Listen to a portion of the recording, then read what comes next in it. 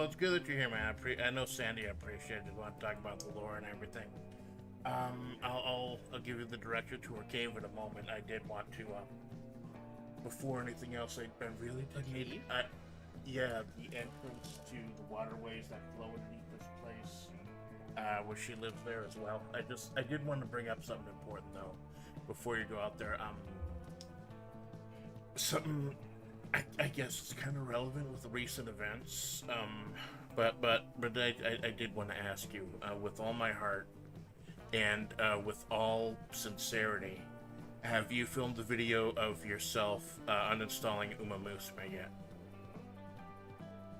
No. Why the fuck not, Malone? Why the fuck not? It's been 2 fucking weeks, Malone. I know you can't be waiting for the gold chip event because you're not allowed to fucking do it, man. The reason why, if you look, I haven't touched it in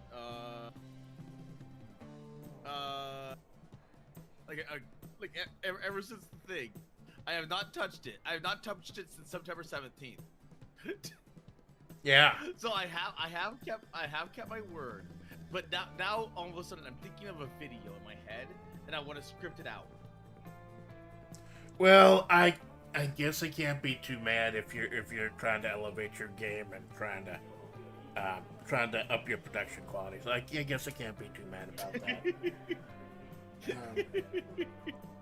Just like so that I'm getting a fucking text. My Desert Salt LLC lawyer, Mossberg, wanted to fucking get him out this morning, so I'll go ahead and let you go over see Sandy. Here's the directions to where she'll be hanging out. Yay? Time passes. Okay. Well, hello, Malone. I'm glad to see you made it on time. Punctual as ever.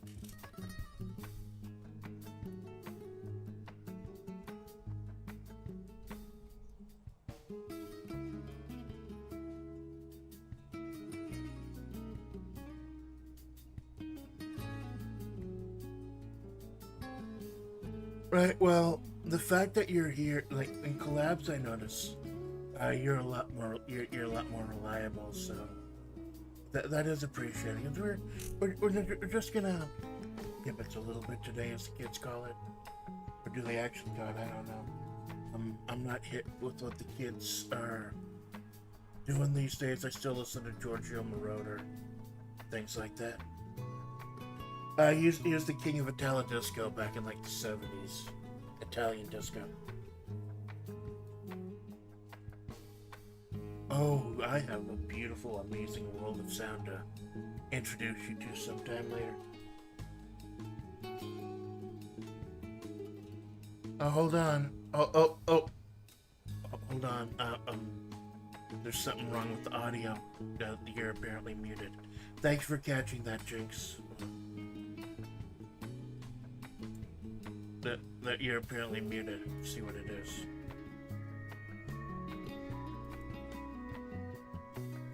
I am muted! Oh my god!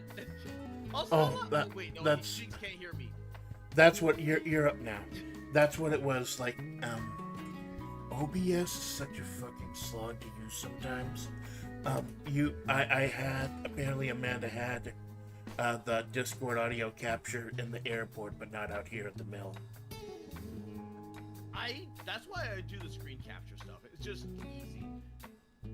It's a bit more trouble like audio wise, but it's just like you just click it. Like it's done. It's good. There are times when I wish you're like multiple people like collabing, all people like in a different room. At which point I kind of wish I had separate audio, but I know that could break things. Well, I think the problem also, with kind of low. I think the problem with Amanda is that there was a thing for a long time whenever there was a collab and he talked to people and had people just the desktop audio capture. The game got super quiet. Apparently that's a setting, like if you're on a call Windows will automatically mute everything else for the sake of the call. So for streaming purposes, it's just easier to pick up the audio directly from whatever itself. So even if she can't hear it, if it mutes for her, the experience is not broken for anyone else. It's a whole learning process. Here, I'll turn up my voice up a little bit. I know I'm a little softer than Amanda. Okay. The Amanda is soft as it I'm fucking pretty comes. well. So I'm usually kind of at least loud. I think we're all familiar with how loud you are, Malone. I've got the audio maxed out for you. Oh. Okay. Well, that's not good. Oh no, I mean I just like 2 seconds ago I maxed it out. Nothing else. I'll just okay. get the primary audio out. Okay. You're just being it's nice and casual today. Don't know how long we're gonna be out here this morning because I know you and Amanda are doing a thing later. Your usual every 2 weeks thing. Salted caramel, I think Which it has is. actually worked out really well because it makes it to where like you're free for collabs, and then I can do something else on that day, or like free something up for that day as a collab. Yeah, for someone else. She didn't want to monopolize your time by doing it every week. Especially since she knows she can only do it Wednesdays or Sundays or days off. So every other one day sounded like a good compromise, considering that the two of you are in group collabs a lot as well. Like you recently did Whisper Mountain Outbreak, which was I'd consider that more of a Halloween game than anything Amanda has planned other than Live for Smoke and Mirrors. That I like that game. Whisper Mountain has a lot of potential. I hope they like get their footing from everything else, because like right now I think it's in early access. Yeah, it feels like it. And a lot of the stuff is not yet completed, but it feels good. Like the melee feels really good. You just like chunk everything except for like the big bosses. Well, wasn't Amanda Amanda was the tank? He was the one doing all the melee? That's why she got like a quarter of the kills everyone else did. That's because everyone else had guns. And she was going out there with a bat. Yeah, right. like I don't. Well, actually, no. That was like a pivotal role because it meant that you could carry a whole bunch of stuff on you at the same time. Yeah, plus all of you were hiding behind her and shooting. She always trying to protect other people and to her own detriment. But it's just like... How much health? It was like 160? Yeah, 160. And she said, I believe she said that the only, like, she brought this up on the wrap-up show. The only detriment was that it was low stamina, but she was able to fix that with the first upgrade. Yeah, the first upgrade was the major thing. The stamina I found is interesting because for the character I was running, despite being a sprinter, I had very little stamina, but it made up for it for like running around all over the place. But when it came to like swinging the bat, I had like the stamina recovery went boom, boom, boom. It like replenished so fast because I could like hold a charged bat hit, knock them down, and then just like go bop, bop, bop, and then the stamina would recover like shortly after. Well, the stamina would recover when. Oops, I was just gonna say. I think it makes sense if a sprinter has low stamina because you're sprinting, and that's just for short distances. Yeah. I didn't. Oh yeah. I didn't even think about that. You're not going for distance. You're not going for speed. You're not all alone in your time of need. See, Amanda, I can quote obscure song lyrics too. Not going for speed. So, but the game didn't even.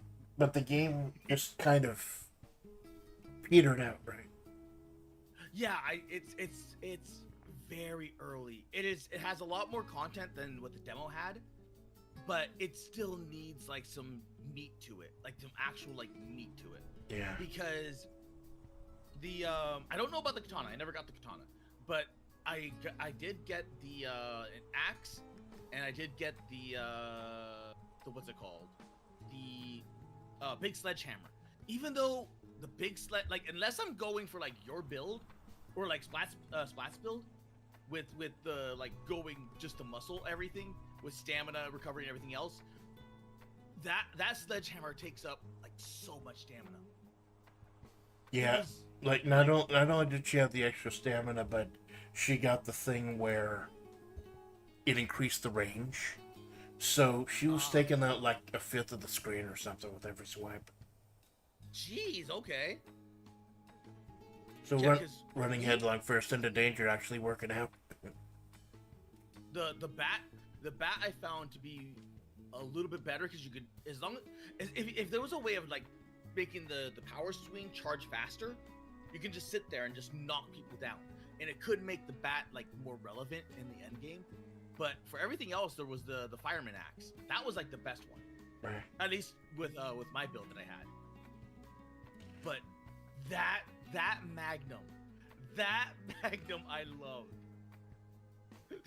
That's weird. You blinked out for a moment. I blinked out of existence. Fugi has been so weird over the last couple of fucking weeks. Amanda, Yeah, like it I think it was you and Amanda, or no, it was Choco and Amanda. Couple of weeks they were doing a collab, and the Fugi shit itself like right at the end because it had just started updating, the adding more slots and everything. I was just gonna do the Fugi with both of us, but I figured, if we're mostly gonna be doing like talking, it must be some kind of tactile immersion with my model at least. And like even though VTuber Kid doesn't have the mask, I mean, you just change a few colors, it's me. Okay. 1 a.m. for you, 11 a.m. You always have GMT. that grumpy look to yourself. Like you seem to go like consistent. Every single new model you get consistently more and more old and more grumpy. Well, you consider it old. I think the technical term is rotting. Because I patched Amanda up. I kept her alive, but neither of us knows how long that's gonna last. We're all Also, in that territory here. I do believe we forgot to say hi to chat. Oh no, I did say hello to Jinx, but Peebo just showed up. Hello, Peebo. Oh yeah, because I was okay. Yeah, I was meeting Yeah. up time. So hi Jinx, hi Peebo. Hello, Peebo. Amanda's looking forward to hanging out with you tomorrow, Peebo. I don't know if you know who I am, but my name is Sandruby. I'm Coyote Spirit, emissary of the gods here. I look like Amanda and sound a little bit like Amanda, because I was trying to copy what happened to her, see if I could figure it out. It's not happening, though. So, not just because she's got nice hair. That's why I'm doing it. Yeah, people has really been taking off recently with the streaming, and he's been upping his game in a very short time. I've seen a lot of development from him. I can see that. I can say that. Yeah. He was just been like hitting, like he took to streaming like what was it? A duck to water, a fish to water, or like the some sort of avian bird. Avian bird. Yeah. Like the birds of flight, the birds of flight that take to water. They go, I'm a bird, and they crash into the water and go, I'm now a water bird. Any of you who aren't familiar with me who expect me to start screaming at him for being an idiot, I don't do that. I'm not gonna waste vocal cords. Forgot about tomorrow. This is gonna, yeah. Well, that's why Amanda sent you in the DMs, people. She sent you the room link, so you know the exact time, be able to translate it to your time. Amanda tries to do that with collabs. If someone's taking her time, she always like remind them the day before, just to make sure everything is still good. Have you heard of Hammer Time? Well, of course I was around in the 90s. Hammer Time was... It was almost Hammer Time. Almost always Hammer Time for a while in the 90s. Did parachute pants ever come back? I think Al Snow wore 'em for a little bit, but that's about it. Because I think cargo pants came back for a short bit, and then they went out of style again. Well, cargo There. pants are useful. They've got utility.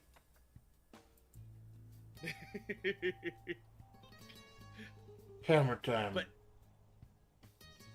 You're not talking about MC Hammer. Nope, I was talking about Hammer Time. Oh. You enter in the date and everything else, and then you put that into the chat, and it should show up as the date and time for your time to their time. Oh, It's really cool. I've been trying to use it. I have had so many collabs with Mollington, Armchair, and pretty much a bunch of people in Europe, and then a few in Japan, and having a solid way of telling like time zone differences has been life-saving. yeah. Like legitimately life-saving. It causes like so many like not causes headaches, but it like causes the relief of said headaches. Yeah, because like, what was that one buddy website you were using? That's nice to use, check things, but when you need to double check, them, actually just put it out there. Having that scripted there is really nice. Thank you for. Yeah, that's really good. Like from an eyeball perspective, the World Clock Buddy is actually better because all you do is just put your clock at the top and then every single time therein to the bottom, and then all you do is just hover over like the date and the time, and it'll tell you like roughly like the thing. But the problem is that it does not go that far out. Whereas Hammer Time go like it. All you have to do is enter a date and a time, and boom, it's done. Because Amanda, like, she puts up rooms like a month and a half in advance, and like I know this thing where she's doing collabs all week. Next week she's planning on doing no collabs just to get some stuff off of her Steam list and do the draft and everything. So she does plan out quite a bit further. Do you remember? I think it was like last Halloween season, where I strictly went onto like almost like a minimal like maybe 1 to 2 collabs a week, so I could get through all the horror games that I had planned. Oh yeah, I remember. And then Amanda started getting upset, getting agitated because she couldn't run any of the Halloween games that you proposed. And so she thought she was just going to be locked out of collabing with you for a month. I forget what you eventually settled on. You did eventually find something. Oh wait, I think it was like tabletop collab. Like one of the tabletop collabs and then a few others.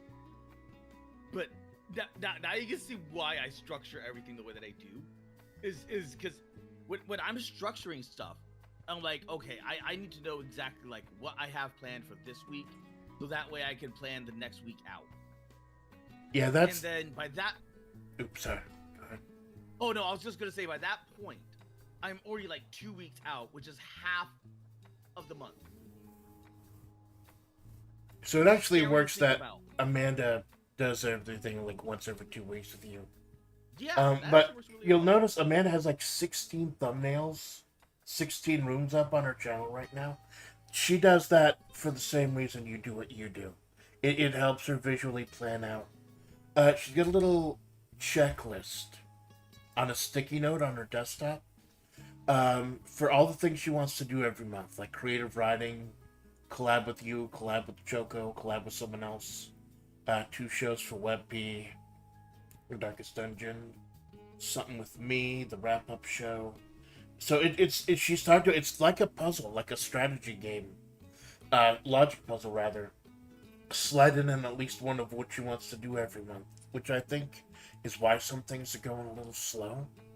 But it actually gets to be kind of fun. And then she's willing to break those 2 days a week for collab stuff with you and Choco, or big group stuff like the Left 4 Dead collab and what was it, Jimmy Gibbs Jr., whatever it was. Yeah, Jimmy Gibbs Jr. I'm still a little. The very rare Jimmy Gibbs Jr. event.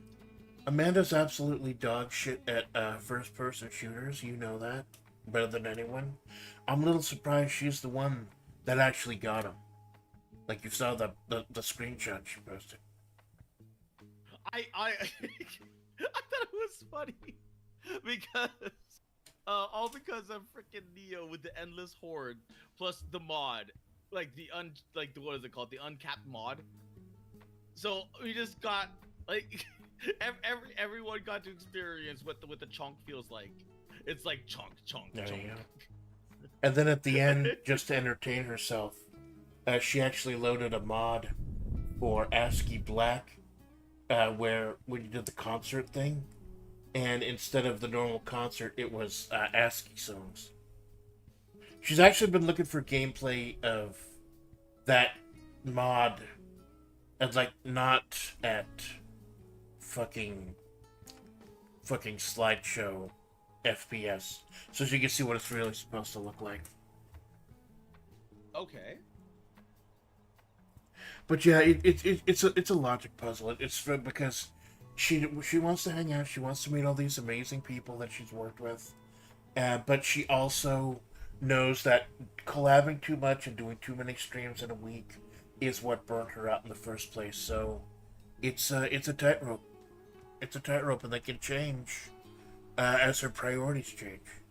It's good to know that there are people like you and Choco and Sensoka, people like that, who are always kind of a constant, who are constantly evolving and growing as well along with her, give her something to gauge off of.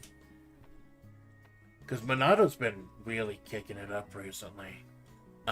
Maybe slowed output a little bit, but he's been getting away from all fighting game content. He did Shining Force and everything.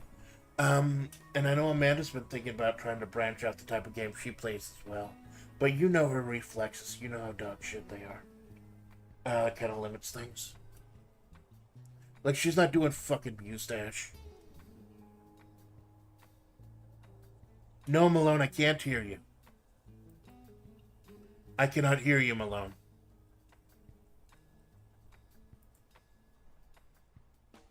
I can't...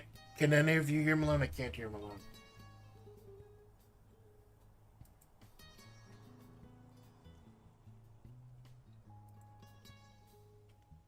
Malone's audio died. You can hear me, correct? Okay, yes. Oh my god, thank god. You're back. You're back with a giggle, as expected. Yeah, I can hear you. Oh, okay. You're back. Early morning scuff. I have no clue what happened there. Like, Discord just crapped out. I thought it might have been the mic or something. Because No. I know. Oh. Because I switched over to the stream, and you were yapping like crazy. I'm like, oh no. Nah, I thought you were like getting a drink or something. Oh, so No, I was sitting there like yapping away, and then all of a sudden I just like your voice cut out, and I'm like, hello, Splats? Like, do you have any input to what I just said? Silence. Number one, it's Sandy, and number two, I don't know. Discord's been a lot of internet shit has been weird. Like, I know Amanda was working on a lot of stuff like 24 hours ago, and she only had to quit because the internet conked out, and that's why she only got any sleep at all last night. Yes. It's just that, and I know Discord recently. Maybe it's the terms of service. Discord recently updated its terms of service. Really? Yeah. I didn't get that. That's weird. Like Mumbler posted about it in the FlaVR Discord. It was like, Oh. now I think according to him, like I haven't had a chance to look over it yet, because that's Amanda's thing. But he said like the main thing is that you may be nicked, as the British say, for things you do off of Discord. Oh yeah, they're bringing. Oh my god, yeah, they're bringing that. which Oh. makes me think that this is a no politics or current um Yeah, yeah, things yeah, in yeah, yeah. this I are, know, I know, I but know, I know. we know why they're covering their ass. It's not even the fact that they're covering their asses. It's the fact that they must comply to all the stuff going on, and it's just like, ugh. Yeah, You, we can't complain too much because like it's free, but still.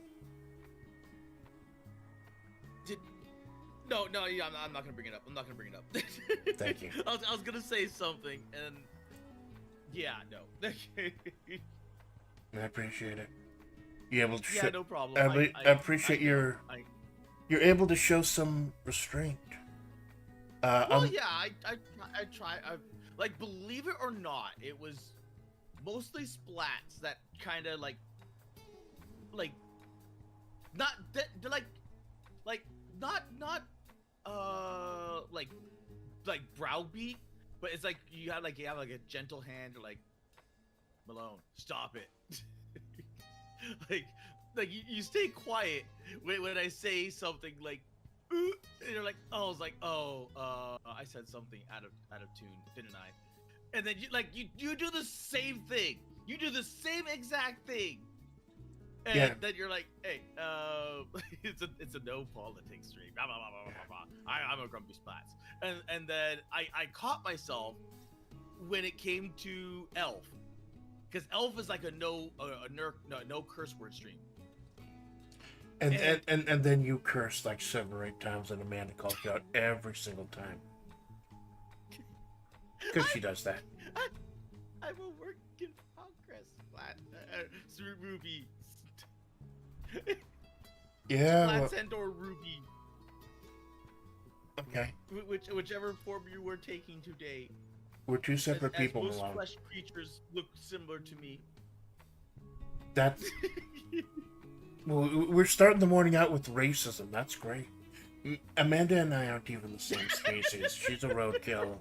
I'm as close to a god as any of you are going to get. Fucking deal with it. Well, I mean, technically speaking, isn't like most like roadkill stuff like basically dead, so they all look the same anyway. Well, she's kind of an amalgamation of things that died on that road. But let's say for instance, you're like you take all the amalgamation, chuck their bones into a ditch. Can you eventually just like separate them all out? Potentially. Or would they all look the same? Like, I'm not doing that. It's all the same. I think if we could have sorted out Amanda's bones like that, she wouldn't have the fucking spine problem she has today. So, yeah, I'm not laughing. I'm copying her form, so I've got the same fucking problem. In fact, that was kind of the impetus for me kind of chilling out after running this place for like a few decades, like copying her form to figure out what happened, and then just being racked with constant pain every day. She doesn't like to talk about it. Yeah. So like, you know, maybe a little empathy. We all need a little empathy, right? I also cursed on Elf Collab. Piwo, you unhinged. You are off the chain, Piwo. Piwo's name is fun to say. Piwo is his name is fun to say unless you mispronounce it, and then you're just like, you will never hear the end of it. Well, actually, he did tweet about how he's retiring that joke. He's maturing, and that's admirable. Yes. And as I say that, he brings the joke up again in chat. So that arc is over. It's like there will be blood. It's like the opposite of character development. You ever seen that movie, There Will Be Blood? That's one of Amanda's favorite movies. It's about this Western one? Yeah, it's about the oil guy who ends up getting like a whole oil empire. Like at the beginning, he's some obsessed hard worker guy, and by the end, spoiler alert, he's beating a priest to death with a bowling pin after stealing all his oil. Okay. I vaguely remember it, but I can't place it. It's kind of like the it's the one where you get the "I drink your milkshake" speech.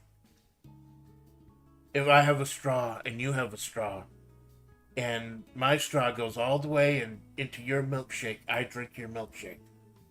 That's the movie it's from. Oh, right, that one. Because he's talking about Did you know how that? he's talking about how he stole the priest's oil. Yeah, because that was an actual thing. That is like an actual legitimate thing. Yeah, And it's messed up. there's like the Teapot Dome scandal or something. I forget what it's called. It still goes on to this day because technically you are using licenses and rights and whatnot, so you only have rights to the land that you're on, or the license that you have on the right that you're on.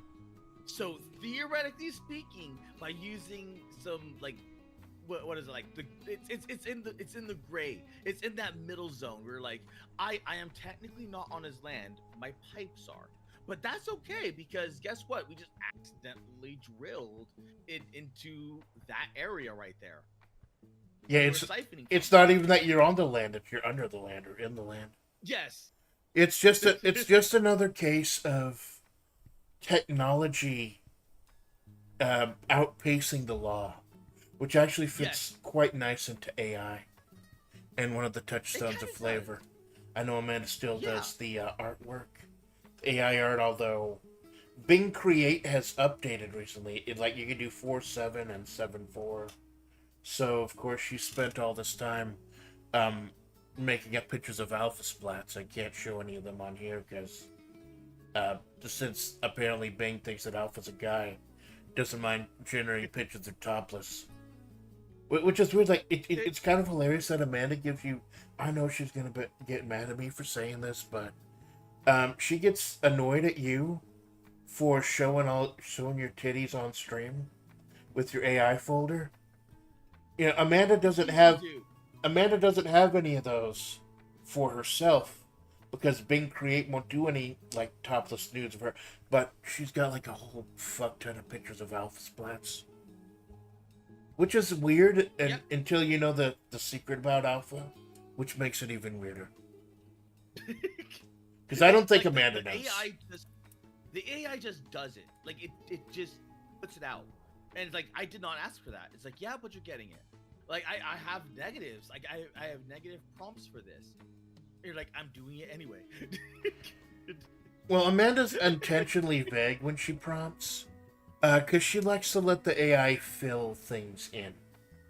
And apparently, one of the things that the AI doesn't like to fill in is nipples. Oh. It's weird. Well, I think with you with at least the Bing, it generally like it's hardcore censored. It's hardcore censored. So it can't do too much. Because I experimented with that on I think Splats was I can't remember. But it was when I was doing the Ranma stuff. And I can get Bing to do Ranma. From Ranma 1/2.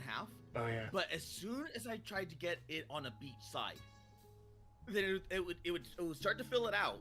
And then as soon as it got to like the shoulder areas, it was like nope. And then just like you could see it being made. You could see it being made, and then the sensor block just hits it. So that's why you decided to start doing like things locally, right? You actually Yes. download the program on your own. Does that Amanda showed me your absolutely fabulous Rainbow Road RAM. Is it horribly taxing on your new computer to do that AI generation? Um, yes and no. Like the AI, how do I put this? The AI is done through not only your GPU, mostly through your GPU. It's using your GPU and your RAM to kind of force load it, and it's going depending on how good your CPU is, will determine like how much data it can send through. Hmm. So there are things which are oh my god, what is it called? Like do you know how like the chipsets have like a die? on them? Yeah. Oh, I'm gonna there's pretend been I like know. oh, well, if you look at like a board or chipset or like anything, what ends up happening is that you'll see like this little square where you would see like the GPU or like the CPU. They integrated a CPU and RAM all in that area specifically for AI to make it to where this chipset is better run with AI. And then you have like this extra large heatsink that goes on top of it because the whole entire die set is all interconnected. Isn't that a big thing? Like, I guess it's safe to talk about this, even though Amanda doesn't like to do a lot of like politics. Like, this would, I don't think this would be politics. How there are now massive land grabs going on for data centers solely for AI, and now they're Yes. worried about the environmental impact. I wouldn't say environmental impact. I would just say like, well, it depends on where they're land grabbing, because if they're land grabbing outside of the city, okay, that can be bad. But if they're land grabbing in the city, that's gonna be expensive. And you're already talking about like massively expensive. What's it called? Well, I'm talking like And getting up farmland and things like that, just like vacant areas, and they're just gonna put tons of AI servers in there, and they're just gonna, I guess, like some places back in the day tried to do that with crypto, and now it's gonna be done yes, with AI. Although yeah. you do The have some. Oops, sorry. Go ahead. oh no no no, you can continue because I'm the crypto stuff. Like I know about. I never actually got into crypto, but geez, I know about Well, it. congratulations. I know Amanda's main exposure to crypto was CoffeeZilla, so she hasn't messed with it either. Like, she'd just rather like buy a Visa gift card or something for herself, pay the Yeah, extra yeah. $6, and just use. She doesn't even use her debit card or credit card online. She never has, and it's an annoyance. But it does mean that she has never had her identity stolen. So That is she'll true. take the security. Of course, I'm a coyote spirit. I can take any identity I want. So maybe I'm not the best person to be speaking about it, but you know, If anything, you should be stealing people's identities. You get all the money. what use do I have for money? Gold, gold, like the spirit world. I'm more Rubies into are gold. rubies personally. Obviously, Rubies are nice, but gold is by the way, if better. anyone's curious, my actual name is Mai. Sandruby is the name I chose for Amanda when we talk because it's a reference to Final Fantasy IV, one of her favorite RPGs. Early on, it's an item, Mai, M-A apostrophe Mighty, I-I. It's the mighty. mighty number 9. Is it mighty as in might like a mighty person, or mighty as in like that's mighty? There's no T. M-A Whatever it apostrophe was. I-I. Mai. But think of the T. What if you wanted a T? What if you wanted to put like T is good, I'm not into tea. I'm more into Coke, but okay. but speaking Like of like Coke, like like modern day I have a modern nice day Coke, one not here. not the '80s Coke, not anymore. What are you drinking Wait, this what? morning, Malone? Um, I don't know. Do you know? The reason why I don't know is because this tea is like like a hodgepodge of like different teas. It's London Fog, because I'm out of the London Fog tin tea. So it's what's left of there and some of the powders, and then there's the green tea, and then there's English breakfast. So it's literally just scraping the bottom of the tin can and then just dumping it all in. Oops. It's like back in the day when the kids go to the beverage shop or whatever, and they go to the soda fountain, and they get a whole bunch of like a little bit of all the sodas at once, and they called it a thing that would get me banned on YouTube or dinged on YouTube. Type of drink, um, except it's tea. let like yeah, basically it's tea. It's basically it's tea. It's like, uh, it rhymes with a sewer slide.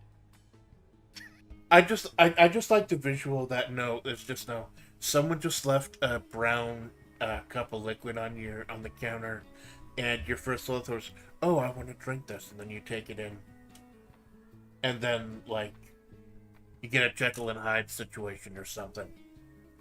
Except you just instead of transforming into a big monster driven by your most basal desires, you just like change form because you've got a whole bunch of forms. You got the witch and the Yo. bunny and the. I know Amanda's initially thought about what if there was a little like she get Neo or Temp or something to make like a little game. Like it'd be cute to see a Malone platformer, kind of like Kid Chameleon for the Sega Genesis, although not ball bustingly difficult. Where you just like you and your different like that, your different forms each have like different abilities. I thought that might be a cute idea. It's just a man that's not good at programming. But it might be something to bring up with Neo or something like that in the future. That would be cool. Or maybe she could get off her ass I, and learn I a would, I fucking would, skill. I would definitely play the F out of that. But oh, like I couldn't ask. I couldn't ask anyone of that because that's a lot of time. I watched Neo do the what's it called the phase roguelike thing, and I think he Yeah, ended the up auto putting that battler. one- Yeah, the auto battler, and he ended up putting that one on hold for a short bit. Actually, Because it he, was- he brought that up when he and Amanda did Balatro recently. And Oh, really? he said that he's still kind of working on it. It's just I believe it's like in certain cycles, there's just things where like not a lot is going to happen. So it's just he is still work. If you go to he's got his own Discord server. He gives updates occasionally as well. Yeah. And I wonder what's going to change now though because they have announced Gen 4 for Phase. You saw the promo video. It's they're coming sometime this month apparently. Oh, okay. Yeah, they said October 2020. They didn't give a specific date. So I know Amanda's indicated she doesn't want me to bring up because it involves past lives, but you here in FlaVR are gonna be very, very analytical when the voices come out. Yep. For one reason or another. And Pippa has already said smack. Like, like stop your schizo theories. Which of So- course so it means that's her just trying to throw people off the scent. yes. And you're like, no, I think some people were really on the what's it called? But think about it. That means someone from FlaVR made it. They made it into Phase. It's possible that someone from FlaVR made it, or one of the many people that were not a part of that were a big indie that were not a part of a corpo decided to go into Phase. I'm just saying, how amazing would it be? Because, like, it'd be full circle. It'd be a nice capstone for the story of FlaVR. It kind of would be. A story that changed greatly when you came around. Because I know, like, I hesitate to use the word old guard, but the old guard there, things are kind of like stagnating a little bit. And then you came around, and then a couple months later, Amanda followed your lead. And then you got people like Sansoka, Lamone, Hat, and Susie Blue. And it's just kind of... Susie's been going like ham on the AI stuff. Yeah. On the, like making the neuro. Yeah, he's doing with the with.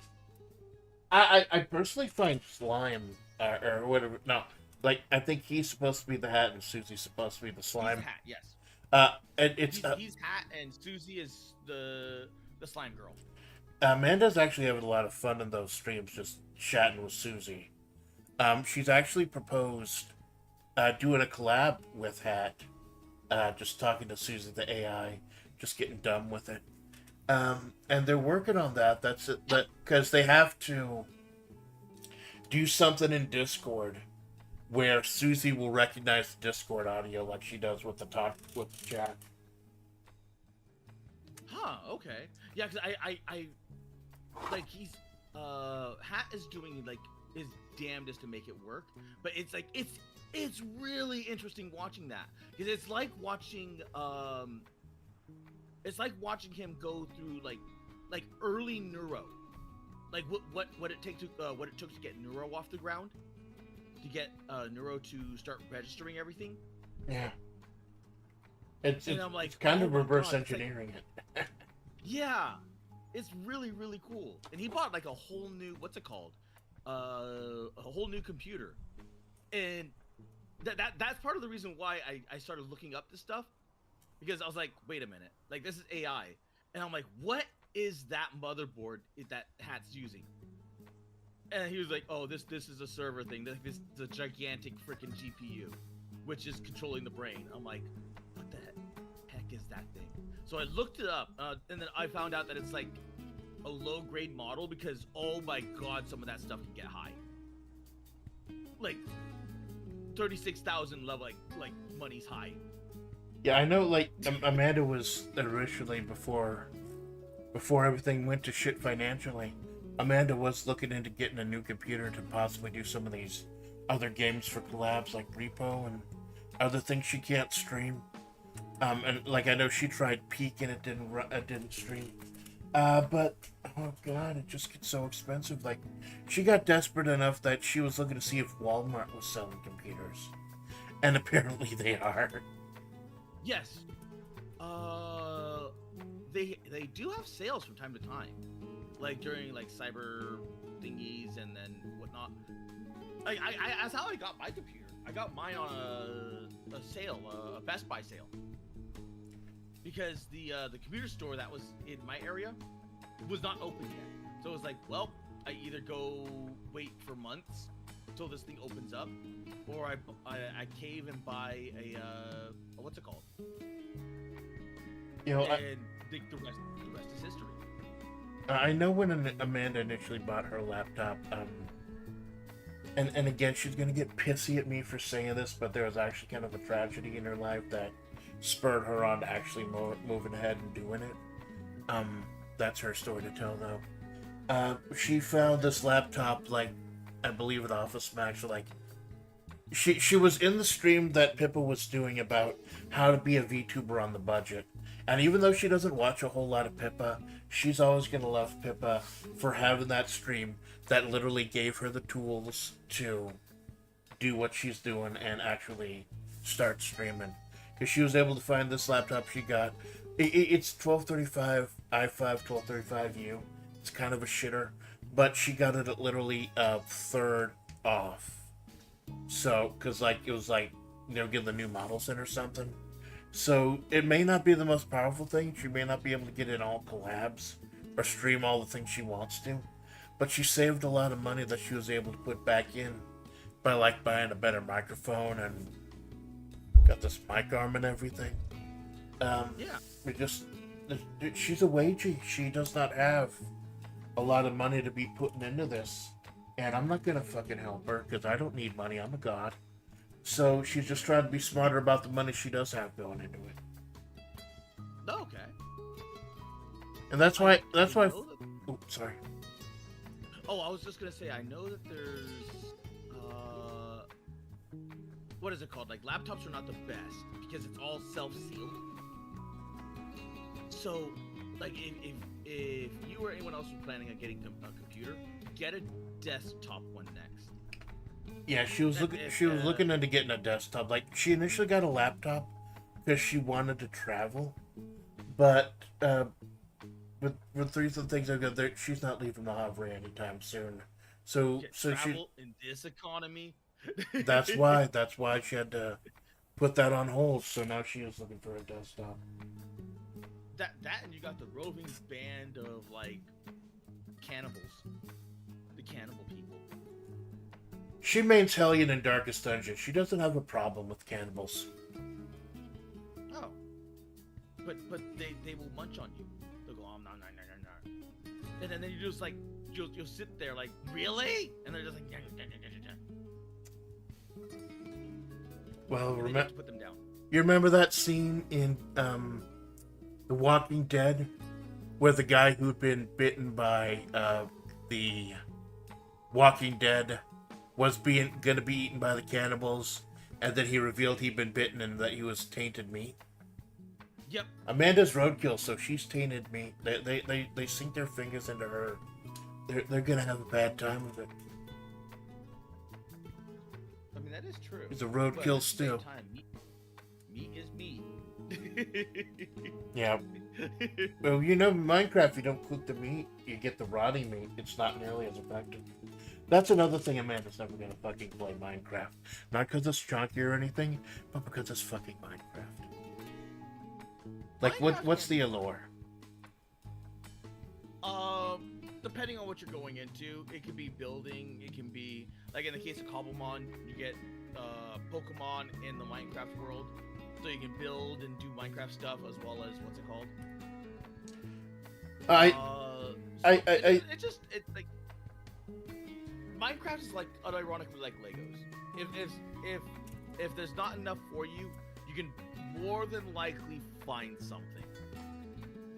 And that's in there. And I think that was part of Amanda's initial hang-up, is that when she plays a game, she's looking to get, she's looking for the experience, but a lot of it is actually finishing the game and get to, for the longest fucking time, there wasn't a quote-unquote endpoint to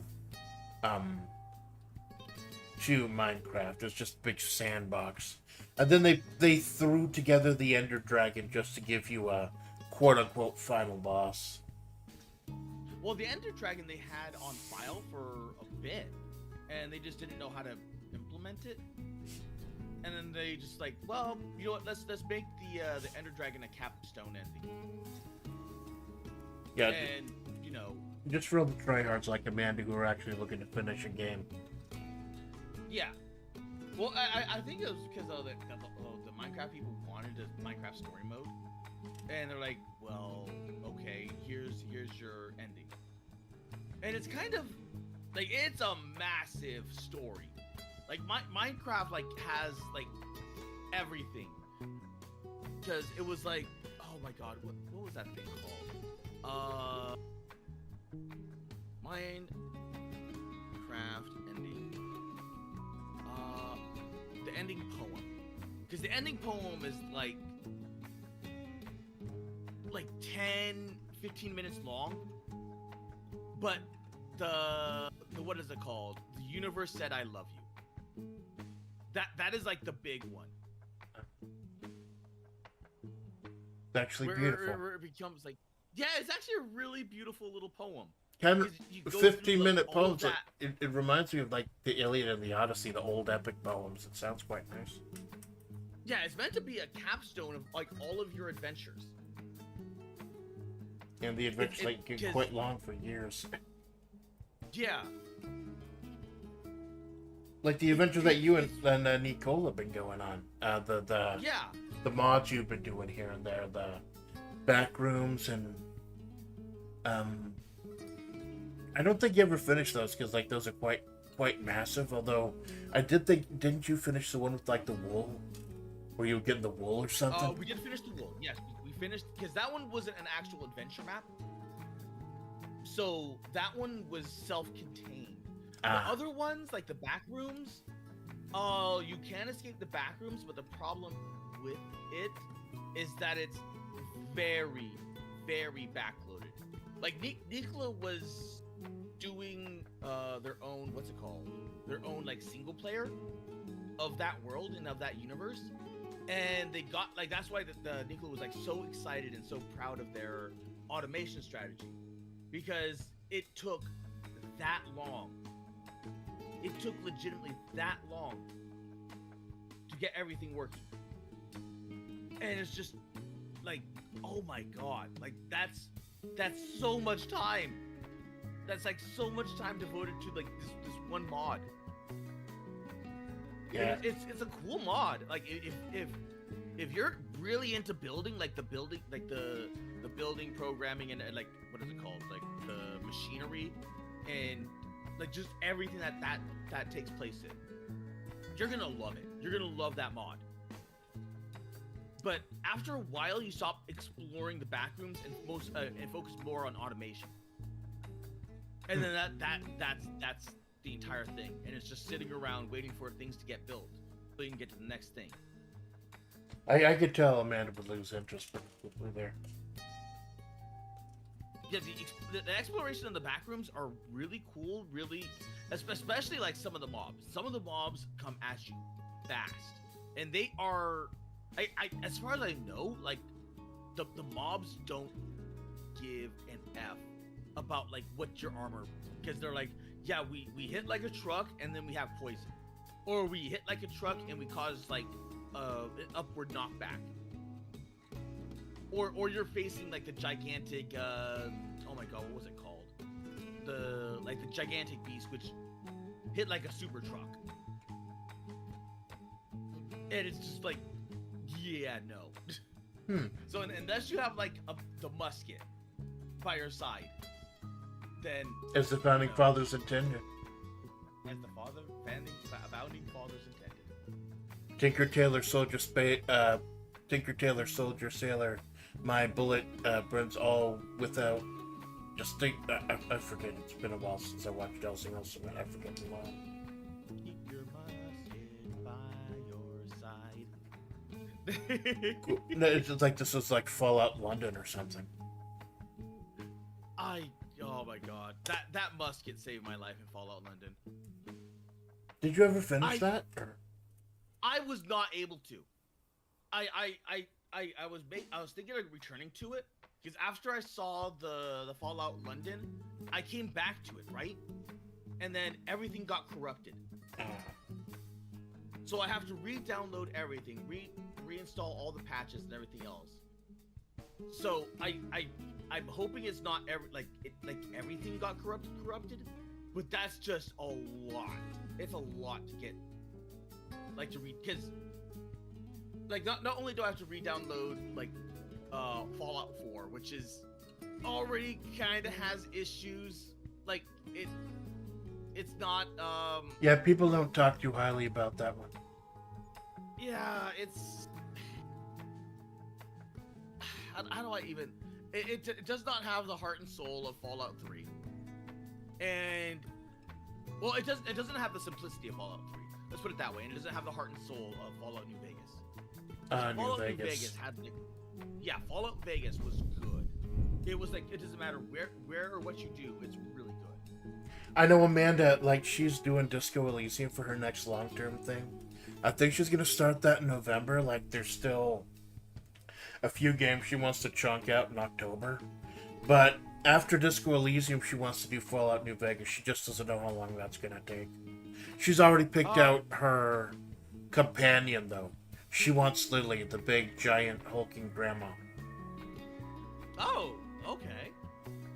I definitely thought you would have, what's it called? Oh my god, what was his name?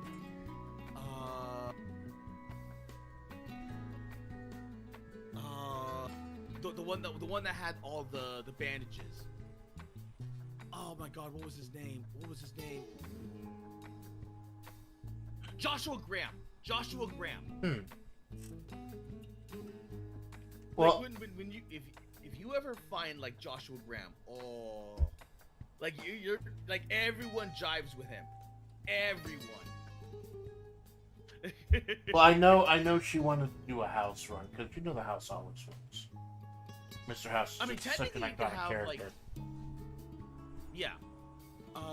You can do 2 companions, I think. I think you can have you can have 2 companions, and I think you can expand it to 3 with not mods, perks. Because it was designed to where you can have your dog and another companion on the field of battle. And No, it was the Lonesome Road DLC. That was designed around just you and your dog. Well, technically just you by yourself, but they made excuses for the dog. And yeah, it was that, like, realistically speaking, Fallout games can be speedrun. Like I think you can get what's it called, like Fallout 3 speedrun and like fairly quickly, like really quickly. You can speedrun anything. I've seen people do Getting Over It with Bennett Foddy. A guy did it in just like a hair under a minute. I think like the trick was he was going faster than the camera was. Okay. I don't know if you see the thumbnails. Amanda's gonna basically I said she's not doing Disco Elysium yet because she's focusing on, like, she's honestly mulling over getting a card for the massive August sale going on right now. But if she's gonna justify that with everything else going on with her financially, she's got to go ahead and get rid of some of these games she's already got on there. So if she wants to do Grist, which is going to be a very beautiful story-driven game, it's going to be a kind of a heartbreaking stream, and she wants to do Getting Over It, because why the fuck not, right? I mean, you've heard her rage at normal games before. It'd be kind of funny. And like a fucking idiot, she scheduled that, I think, right before WebP The Draft, her big wrestling show. So she's going to blow her throat out the night before this big pivotal moment for her wrestling federation. So that's going to be fun. That does sound like pain. You know all about pain, don't you, Milan? Really like pain. You've had those tragedies in your streaming career too. Those games. What would you say is like the hardest hit you've ever gotten in a game? Like the time I got the most angry at the game. Yeah.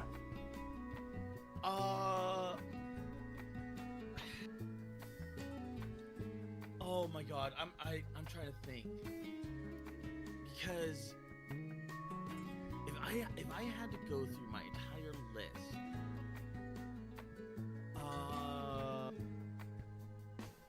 man, I know one of those would be Silent Hill.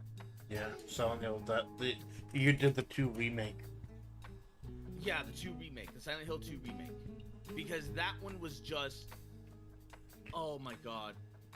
It was I tried everything to make that thing work. I had to wait on so many patches, and then even despite the patches, I had to go to mods to optimize it, and it was so pain. It was so pain. Well, I was talking about like actual like gameplay stuff, because I know, for example, you know Amanda, when she starts yelling and screaming and shit, a lot of that's theatrical. Like when she's really pissed off, she'll get like real quiet, and that's how she got like. I think the thing that pissed her off most was the last Darkest Dungeon before the one that she did recently, the one she did for her anniversary stream, where she tried the actual final Darkest Dungeon itself, and one of her party members went insane very quickly, and then she almost had a total party wipe. And that just frustrated her so much that she didn't even touch it for like 2.5 months. Like we tag teamed for an episode like on Sunday, and that actually went stupidly well. Not only did you get a lot of people out there, but she actually beat Brigand Wolf. So that was kind of nice, but it's just games like that are just like that, and I know Getting Over It's gonna be like that too. Just there to just piss you off. I don't think I've ever played like actual anger one. Like, okay, there was one that I was angry with, which was Gartner Ban. It was one of them. It was the one that was like completely broken, where it did like you had to like land on a magic pixel in order to activate the chase scene. Say nothing of how chunky those games are too. That can't help. Those games were chunky. Yes, those games were chunky. And the only reason why is because Gartner Ban 0. I like Garten of Ban Ban Zero was actually good. I did have fun with was it 7 or 6? It was the one where they unironically did the oh my god, what were those things? The speakeasies were with the little alien go, guys. Yeah, the little alien guys, and then you walk upstairs and then you literally get the pass. I think it's 6 because 7 was the one that was supposed to set up for 8 with the blue guy.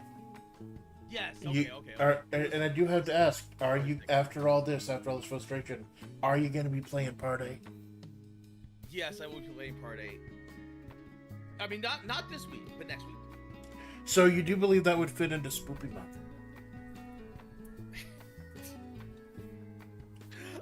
It's part of the mascot horror, yes. Fucking Spoopy. Do you remember what happened last year on Amanda's channel during fucking Spoopy Month? I was supposed to do the horror stuff on her channel. But then she pushed it back a week because she had collabs. Then she pushed it back a week because there was a lot of demos she wanted to do. Then she pushed it back. She just kept pushing it. That was the meme. That I was supposed to be a big part of the channel, the whole Spoopy Month shit. And then she just kept pushing it back. And I think we didn't do Horror Week until March. Oh, jeez. Yeah, so that's why I'm here October 1st, the very first stream of Spoopy Month, while you're seeing me instead of Amanda. I'm getting my hooks in right fucking now. Salute. Yeah, a little Monster Coffee today.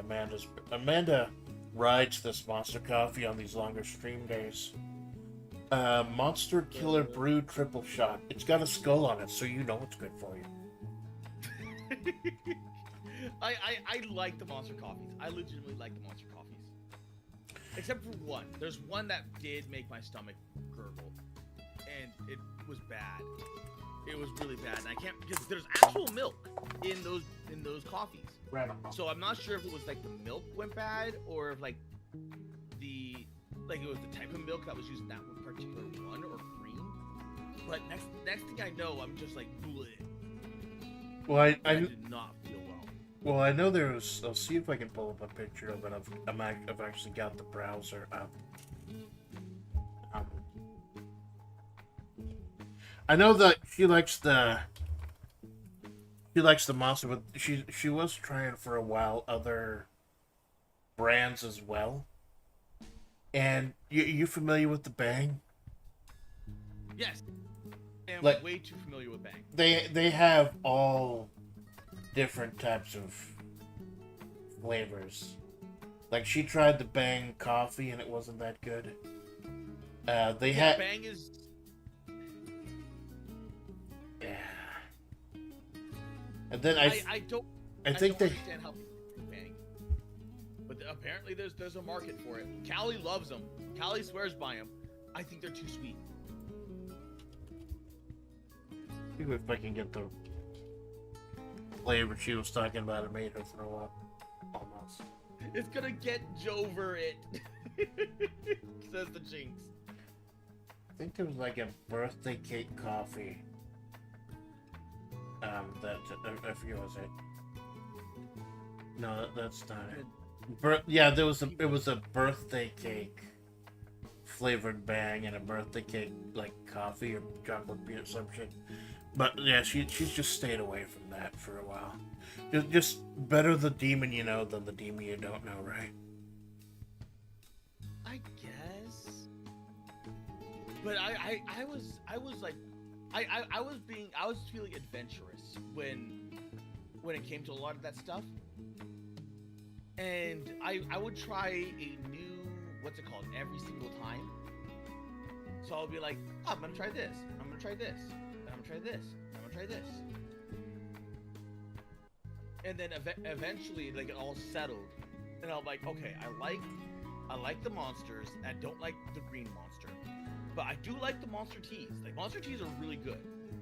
like the Monster Teas, like feel like you could be like a legit drink, but because of the high caffeine, like it was that moment where it finally clicked to me, where it was like, oh, this is the reason why people die from drinking chill out, because the teas are similar to that. Like you don't like like it tastes so good and so like a basic drink that you don't realize how much caffeine is in it. So by the time you're done drinking like all of it, you've already like drunken through like 5 of those things. Well, I remember that was in a more strict sense. That was a problem when they had the original Four Loko. For some fucking reason, they thought it'd be good to put large, copious amounts of alcohol. Here, I'll move you so my eyes aren't at tits level. Copious amounts of alcohol into an energy drink, and like, it's like, why? Apparently, like the stimulant in the energy drink part of it makes you kind of like the sluggishness from the alcohol part is kind of invalidated with the energy boost from the energy drink part. So people were just chugging them, pounding them away. And then, like, I don't know if anyone actually died or not, but they were forced to, like, lower a lot of the levels. Like, the Four Loko that there's out today is not as strong as the Four Loko there used to be. Okay. And, like, what alcoholic energy, why? Why do you humans do this to yourselves? I guess, like... It's I actually know the reason behind that. The reason behind that, it was a clubber's drink. So you would do one of like a few things.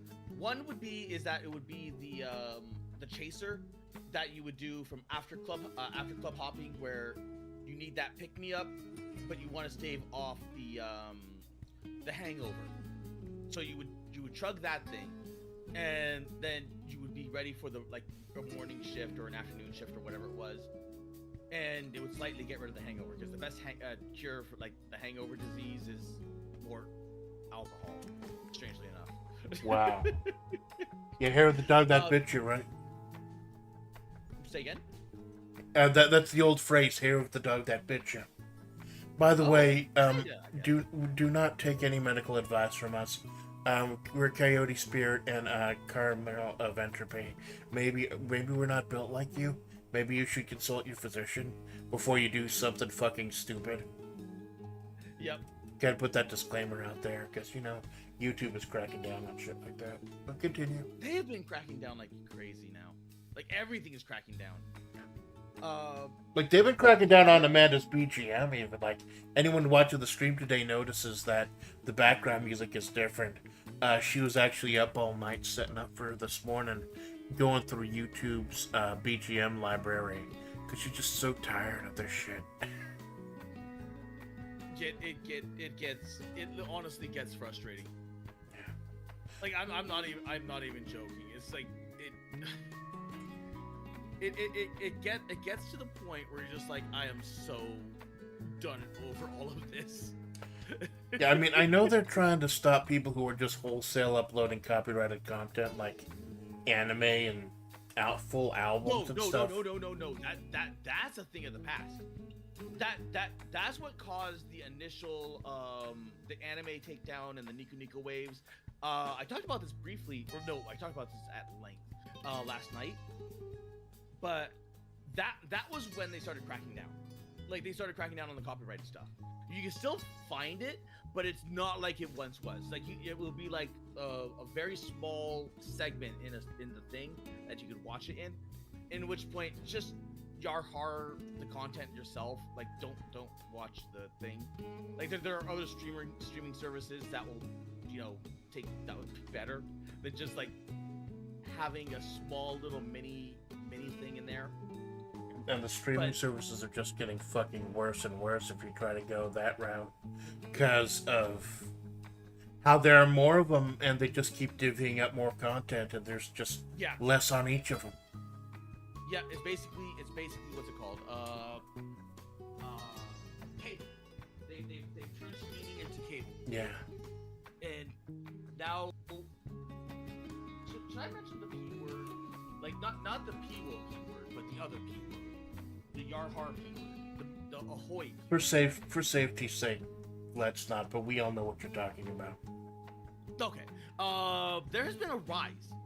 There has been like an unironic rise in that consumption because people like it like for the longest time when there was only Netflix and people would go through like all the other corporations would go through Netflix and then Prime and like a few other like it was down to like I think it was like 3 streaming services at the time. And even then you can like you could get like good deals on that, but like the Yarhars went down. Like it actually made an impact. You're like, oh, this is like easy and convenient to do. Yeah. I'm gonna go here. If there's an easy way to get it, convenient way to get it, people will get it. Like the Capcom arcade stadium Amanda got. It's just a big package of ROMs with a nice bow on it. But people will buy it if you like Marvel vs. Capcom 2. That was finally available after like 15 plus years. People went ahead and bought it en masse. People will buy it if you give them the option. It's just so many times there's not a fucking option, especially for some of the older stuff. Oh yeah. I'm starting to sound like Amanda with the way I'm bitching about this. I apologize. Because she's into lost media, especially with anime. Because like the older stuff, like there's just no services out there that have the older stuff that she likes anymore. So she don't have a lot of options. You know what? Zoocosis. Zoocosis. I've been sitting here like scrolling, like doom scrolling through all my old content. And Zoocosis, I'm disappointed with. Because that could have been good. You know, Amanda does that too, but mostly for like thumbnails and stuff. She's still dragging her ass about putting together like the lists or whatever. What do you call it? Where you can just the playlist. She's still dragging her ass about putting things into a playlist. Oh, Jinx says the reason why alcohol relieves the hangover, we get one at all is because the liver has an easier time processing alcohol. Usual substances basically starts struggling with the harder stuff, got your pain signals. Take more alcohol, starts processing instead, really harmful to the liver. Oh, thank you for that, Jinx. I believe that may be the reason why some people just take alcohol and beers directly in their anus, because it bypasses the liver completely, and it's a lot You laugh. I'm dead serious. No, I know of this. And then because people have died that way. It's very easy to die that way, shoving alcohol in your asshole. I mean, we're not talking about some one man, one jar shit. So many dumb ways to die. Yeah. Dumb ways to die. That's look up dumb ways to die sometime. Like I'm gonna show the video on here. But it originally started as like a safety campaign for like railways. Like don't step on railways, and then it's just there are literally so many dumb fucking ways to die. And then they actually had a WarioWare type mobile game that was like Amanda used to play, where it's just like trying to stop these people from dying. And of course it was in endless mode, so it's kind of talking about the futility of death, or the futility of life, and the inevitability of death, which is always I remember that always game. great. I remember the game. It was a fun game. It was a stupidly fun game. Yeah, WarioWare figured out the formula. So what was it? Like there was a fan RPG, like an indie RPG like Sucker Punch or something, where combat was done through WarioWare type minigames. I forget what it was called. Oh, weird. But yeah, it's like Amanda always thought it'd be cool if they had a Wario RPG because they have the Mario RPGs. Because like it's just very simple, like very dopamine hit, just quick little. Because you humans are all just looking for dopamine these days. That's why I was scrolling on your fucking phones and playing Balatro with the little ding ding bing bing wahoo, whatever that fat plumber says. Bing bing. Bing bing wahoo. Isn't that the Mario? You know, swing your arms from side to side. Come on, it's time to go do the Mario. People were doing the Mario back in the day. Yeah. Oh! Yeah. And we've just been copyright struck by Nintendo for using their audio content. Oh well. Horrible fucking. But I hope. by the way, for the people who are saying that that with my color palette I'm just Amanda after grabbing a fire flower, fuck you. But Oh, I see it now. Yep, I see it. but yeah, go on. You were talking about murdering officials at Nintendo. No, I wasn't talking about murder. I was saying I hope they die. I am so sick of Nintendo's shit. I am so sick of Nintendo's bullshit. It is. Oh I- god, yes. I. This fucking Pal Like- World's great. It is not just like they are going above and beyond Power World at this point. They are looking to like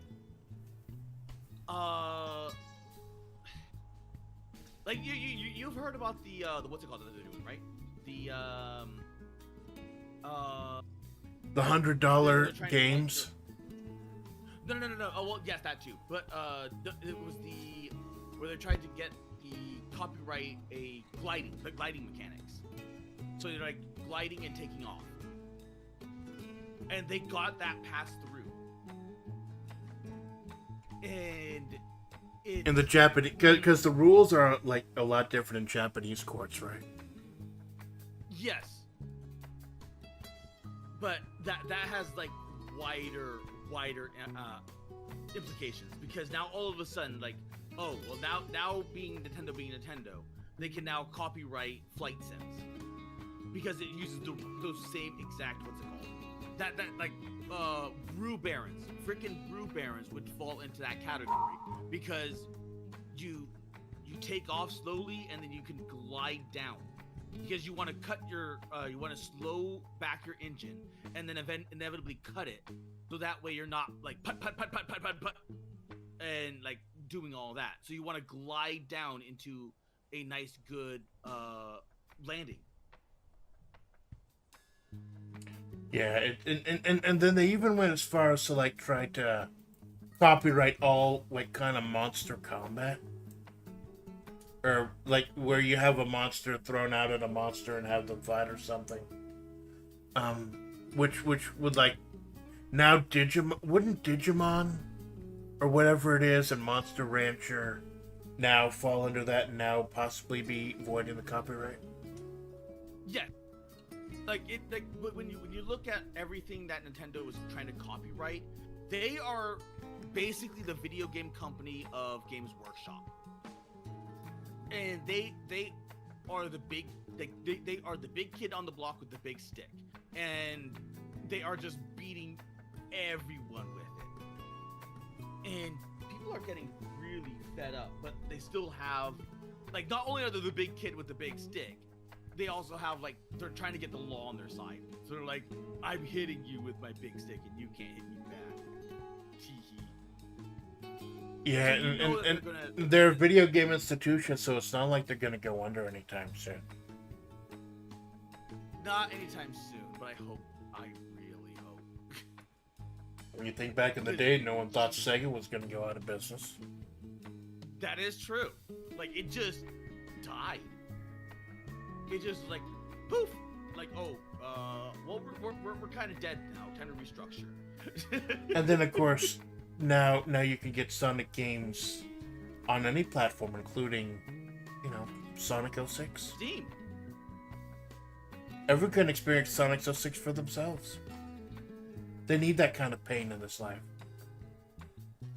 I don't know about that. And then what was But what was it? That's the one with was Sonic second face with the human princess, right? I think. I don't know. I never played the Sonic game. I heard good things about the Sonic Racer though.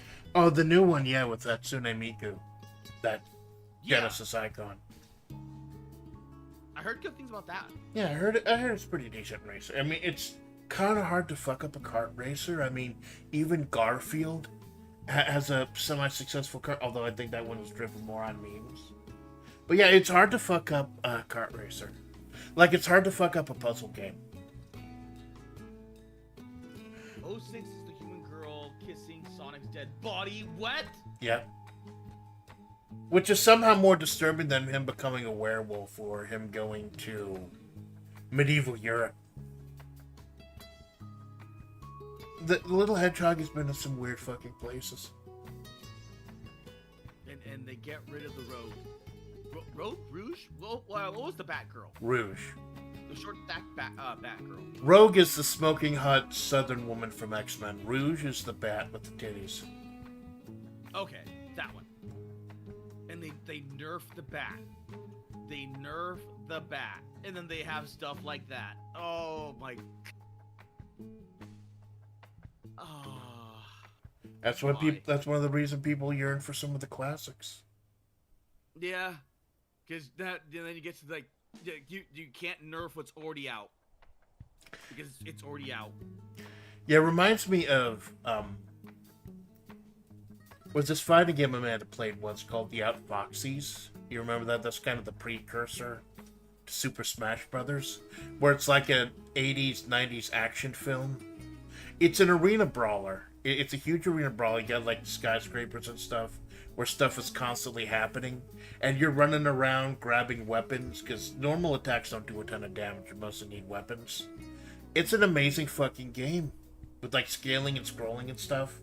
The precursor to Smash, but it's never been ported to a home system or a collection. And it may be because one of the characters in this game, where you're literally trying to kill each other and you're all assassins, is two like 10-year-old kids together. Okay. And their deaths are as graphic as anyone else's, so maybe they had to replace them in a port or something. But it just reminds me, like, the 90s were a different time. There's a lot of shit that flew in the 90s that doesn't fly today. I wish more things would fly today, like they would in the 90s. Because then we would actually get like really good quality content. Because people were just like, yeah, we don't give a shit. Like, yeah, things might be edgy, you might get offended, but you know what? Grow a pair. Well, and I know Amanda's a little bit more strict on this. Her feeling is that, yeah, there's something to be said for some of the things, but there is such a thing as going too far as well. Everything in moderation, right? At this point, no. At this point, I would just like, no. There is no going too far at this point, because you're gonna tick someone off. Like someone is gonna find someone's gonna find something to complain about. And if someone's gonna find something to complain about, they're like, oh, well, like that like you might be cutting out this part of the audience or this part of the wider audience, and then all of a sudden the people go, oh no, the wider audience, like there goes all of our potential sales, and then they make the game for the wider audience, and then they lose their core audience, and they go, oh no, what happened to our original sales? Like, because you lost your core audience. Yeah, it's like, but I don't know if that's like a political thing so much as money. Like, I think, like, again, I don't like to talk too much politics on Amanda's channel. I know she doesn't like that. But I also know a lot of stuff that could be attributed to things that are more sinister. A lot you can just attribute it to greed. Like, it's Occam's razor. Look for the simplest explanation. That's usually it. Like, they're just trying to get more money. Well, sometimes it's also what's it called? Like, people will actively report. They're like, oh, I'm offended by this. I'm going to go online and just start posting why I'm offended by this. And if they have, like, massive amounts of followers or subs or whatever, it gets signal boosted, and then everyone goes, hey, this thing, don't you hate that as well? And then they end up, whatever it was, ends up getting flagged. cancel culture, I believe they call it. Yep. So like the soon the sooner that's gone, all of that is gone. Yeah. Like we return like to some form of normalcy, and if that means like some people have to get their feelings hurt, fine. Because I'm sure there's something out there that I'm like, yeah, it's not for me. Like, have you heard about the sexy man gotcha game? What?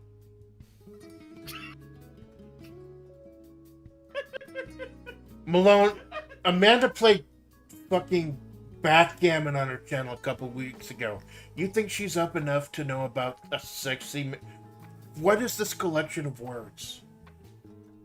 It's like unironically, it's called like something, love in the stars or love death in the stars, and it's, oh my god, it's like imagine like the prettiest Korean, like South Korean guys, and then put them into a gacha where you can date the men, and then depending on like what type of man you pull, you will get like full scenes of like being like, here's the bondage guy, he will like tie you up, here's the other bondage guy, he'll let you tie him up. And it's like it doesn't go like full explicit because it's not it's a gotcha game, it's sold on the thing, but it tantalizes, and it's mostly sold and catered to the female audience. So they, before you end up getting to those scenes, you have like this entire, what is it called, like dating scene and everything else. But it's, from everything I hear, it's a good game because there's an actual game to that. It's just probably not for me. Yeah. So what is the name of that game? Oh my god, what was this? You know, whenever you find it, just send me a link. I may have to do a little research. Purely for scientific reasons, of course. Oh my god, what was this thing called? What was this?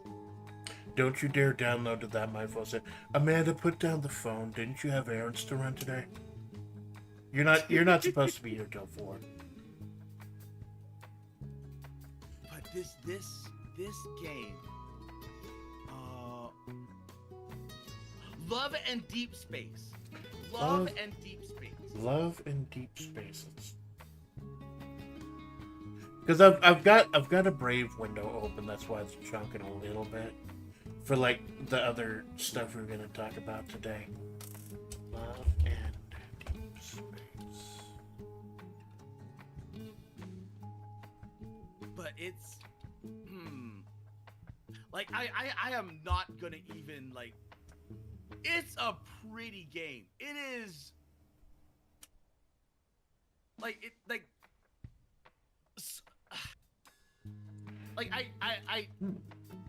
okay, you It's not like, Korean, it's Chinese apparently. Yeah. Oh, it's Chinese? Love and Deep Space is a 2024 Chinese 3D otome game developed and published by Paper Games, global publishing by Infold Games. Recognized as the first 3D otome game, replaces some traditional 2D character designs. Well, there we go. I'm no longer interested. Don't worry, Amanda. It's 3D. I'm no longer interested.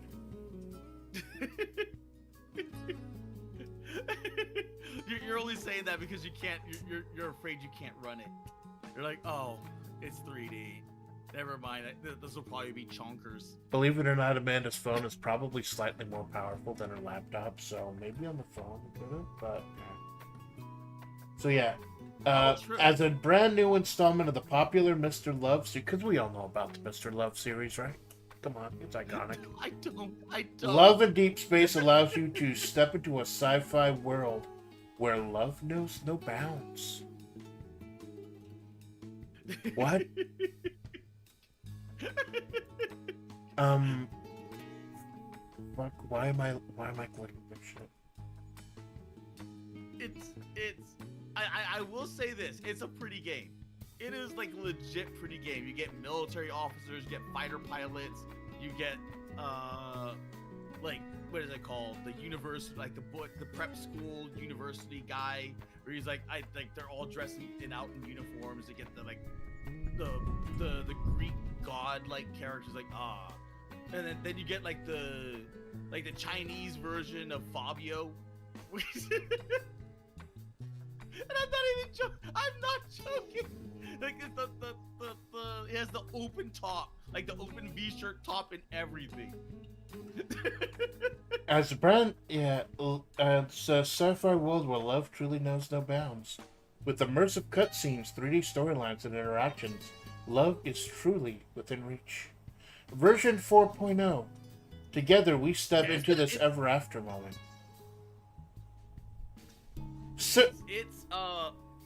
Similar games include Obey Me, anime Otome sim game, Abnormal State Otome Love, and of course, Cookie Run Kingdom. Why? What of all the like I could have sworn it would have been like Nikkei, but why Cookie Run of all things? It's AI recommendations. You know AI still has a long way to go. Data safety starts with understanding how developers collect and share your data. No data shared with third parties, no data collected.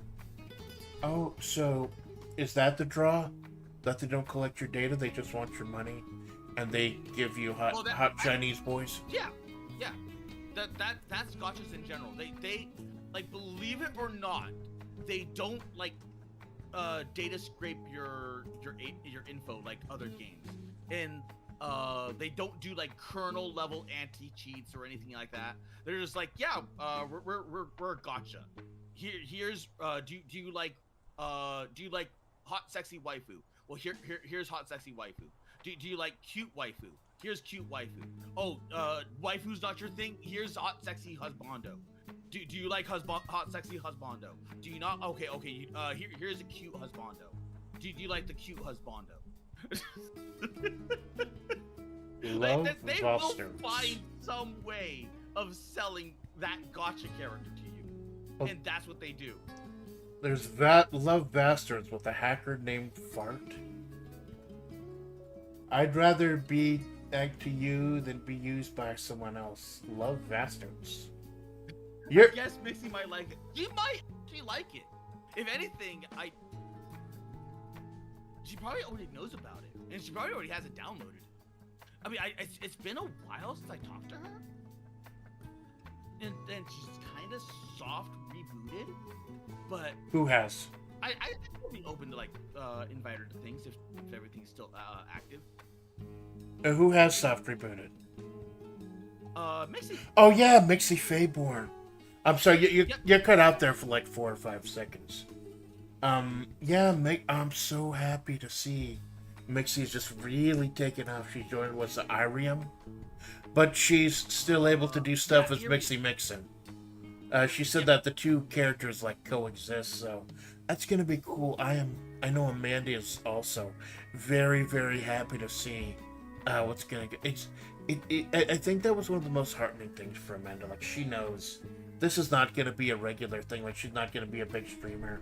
We're coming in on the end of a story, not the beginning. But it's nice to see that people who are plugging away in FlaVR are making it. It really helps. Like there was a future. Good. It's honestly legitimately fun and good. Yeah. But like on back onto this is clearly not for me. You know the types I'm into. This is not mine. Yeah, and you know the types Amanda's into. I'm into generally the same thing. So, but I'm not gonna go like, this offends me. I know of this now. I will now do everything in my power to get rid of this, because if I don't, then I know the knowledge, and I can't know of the knowledge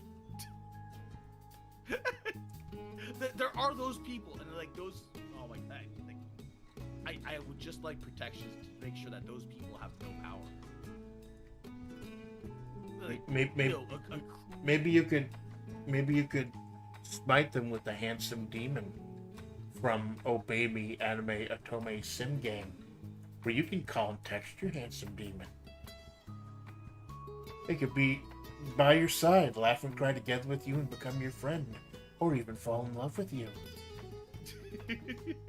It's just this is a weird rabbit hole to fall down, and this like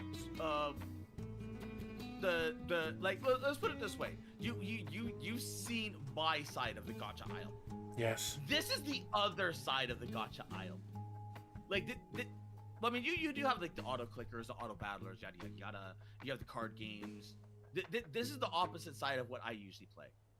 So when you're in the same like category, you see everything, and you know of things. And because you know of things, you're like, I know of this, and you're like just like with you, you're like, what? Wait, what? it's always But for people who are probably on the spectrum but undiagnosed, like most of us VTubers, it's always weird to find that new rabbit hole and get that new obsession. it kind of They're is, just yeah. handsome men. And now there's, of course, from the makers of Obey Me, there's Obey Me Nightbringer, with a new Otome training game with unique demons to deepen your bond with. There was a oh my god, there was a rhythm game. It was like the idol rhythm game, but it was for men. And I forgot what that one was called, because I remember Mixie and myself were talking about it. And it was really interesting. But it was just like a boy idol band. Not too unsimilar from like Yata, but like more serious and gotcha related. Yata? You mean like GREEN leaves?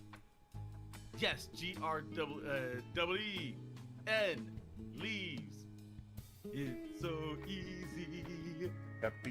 I think so lucky. Amanda initially found out that song about the great Neil Cicierega, the classic Flash animations he used to do back in the day. That was one of the songs he used. It's a catchy song. It is such a catchy song. And all because of frickin' Balalaika. Balalaika. Oh, ooh, ha, ooh, ha.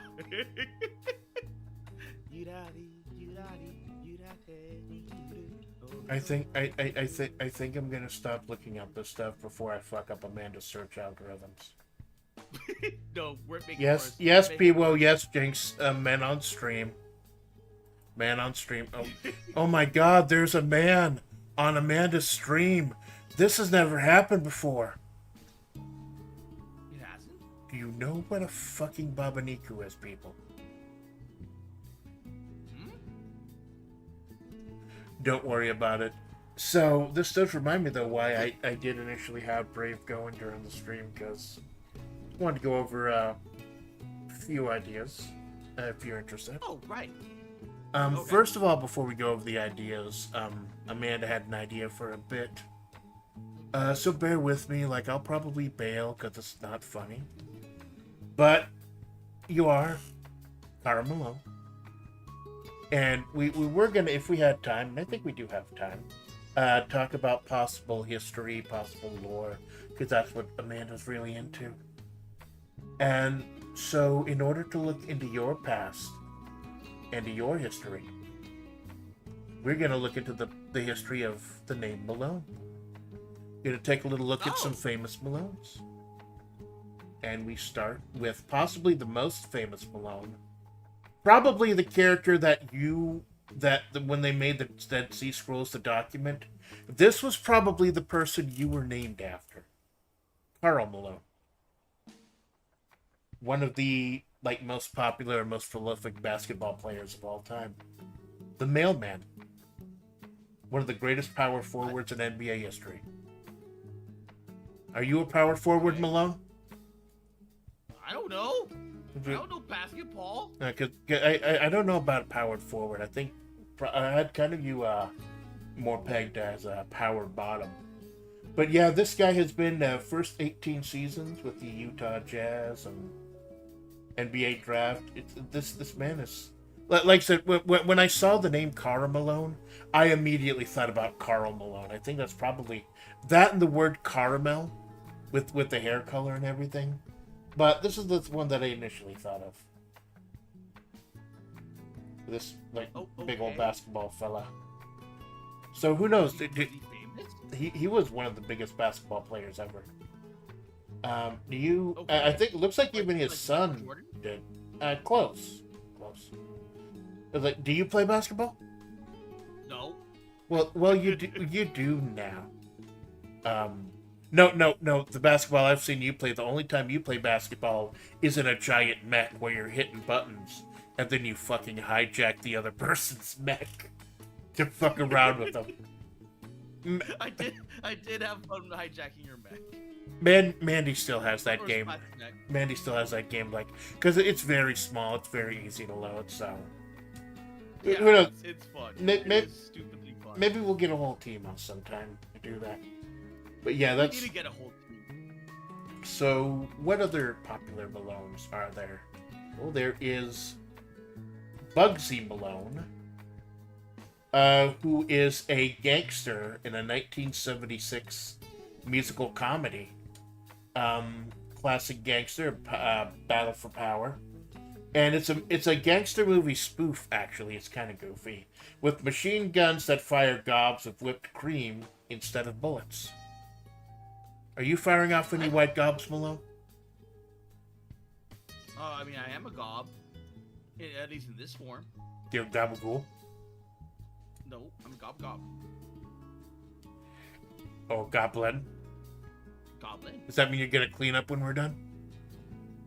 Or I mean, like, goblin. You're dressed like a fucking maid. I know, I'm not cleaning this shit up. It's below my status as a god. Or emissary of the gods, technically. Like, I'm a god compared to you people, but the actual gods might get a little pissy if they hear me refer to myself. So I can say emissary of a god. It's surprisingly easy. We'll discuss that when I'm sure that they're not listening. But yeah, so also there is, I don't remember some of these, but also another Malone was, I believe, Nomi Malone, who is the main character in the film Showgirls, a 1995 erotic drama about an ambitious young woman hitching a ride to Las Vegas to pursue her dreams of becoming a professional dancer and showgirl. Isn't Showgirls the one where the military guy marries a whore? I'm not sure. No, that's And then what was the and other then one? she does like the water, like the water thing. She flicks she sits on a chair, does like the hair back thing, and then flicks what is that thing called? The chain. Oh no, that's Flashdance. I think that's Flashdance. Oh. And that's more like about dancing and stuff. Oh, okay. Now this one was rated NC-17 for nudity, erotic sexuality throughout, some graphic language, and sexual violence. So, you know, Showgirls then. fun for the whole family. And of course, And it was. back in 90... Yeah, we were talking about that shit. This was back in 1995. Despite negative theatrical critical consensus, Showgirls enjoyed success on the home video market, generating more than $100 million in 1995 money from video sales. So there's a market for this kind of shit. Well, yeah, there always will be. What else? Why does she have a tab for Beverly Hills? Oh, Valerie Malone. From Beverly Hills 90210. There's another Malone. An unwholesome and emotionally troubled family friend of the Walshes back in Minnesota. So there's fucking drama there, played by Tiffany Amber Thiessen, who is Talking Minnesota talk. She was Kelly on Saved by the Bell. So she was all over 90s TV in a couple different ways. She's gotten fat.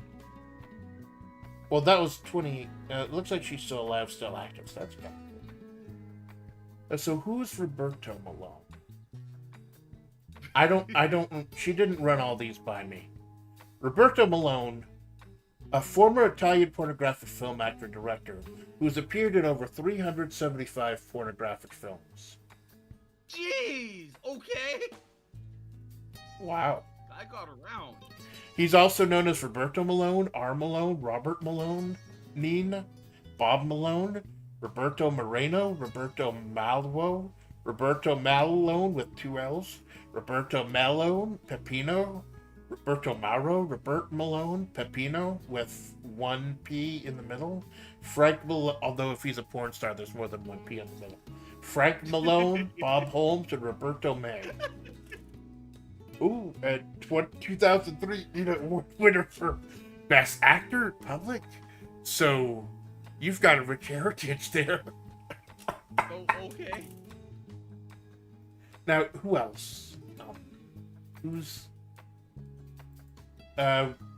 There's Richard Philip Malone, a Scottish former footballer, better known as Dick Malone. Although looking at the Wikipedia, I think maybe the last guy should have been named Dick Malone. Yep. And this is just a soccer guy. Now, it's not nearly as interesting as the Italian guy who fucks a lot. And finally, there's you have a soccer guy that likes playing with balls called Dick Malone.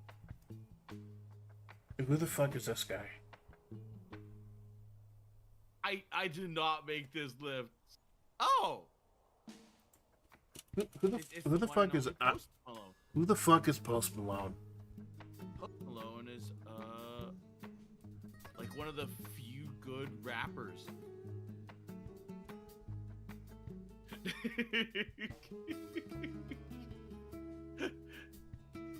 and yeah. One of the few good rappers out there. Oh, Post Malone is the guy who makes those Oreos. Oh, thank you, Amanda. Yeah, the ones with the salted caramel and the shortbread in them. And then, like, one of them's chocolate and one of them's vanilla. The cookies. So he's obviously one of the great auteurs of our time. Yes. And with Never those... listened to his music. I just, like, unironically, I see him in, like, what is it called? Like, collab, like, well, not what are those things called? Like, where it's, like, they put them in, like, the movies or the shows. As Cameos? Cameos, thank you. Like, that, like, you'll see this guy, and he has, like, that unmistakable, like, tattoos and face and smile. And he's just like, hey, I'm here. I'm like, hey, I know who you are, but I've never listened to your stuff.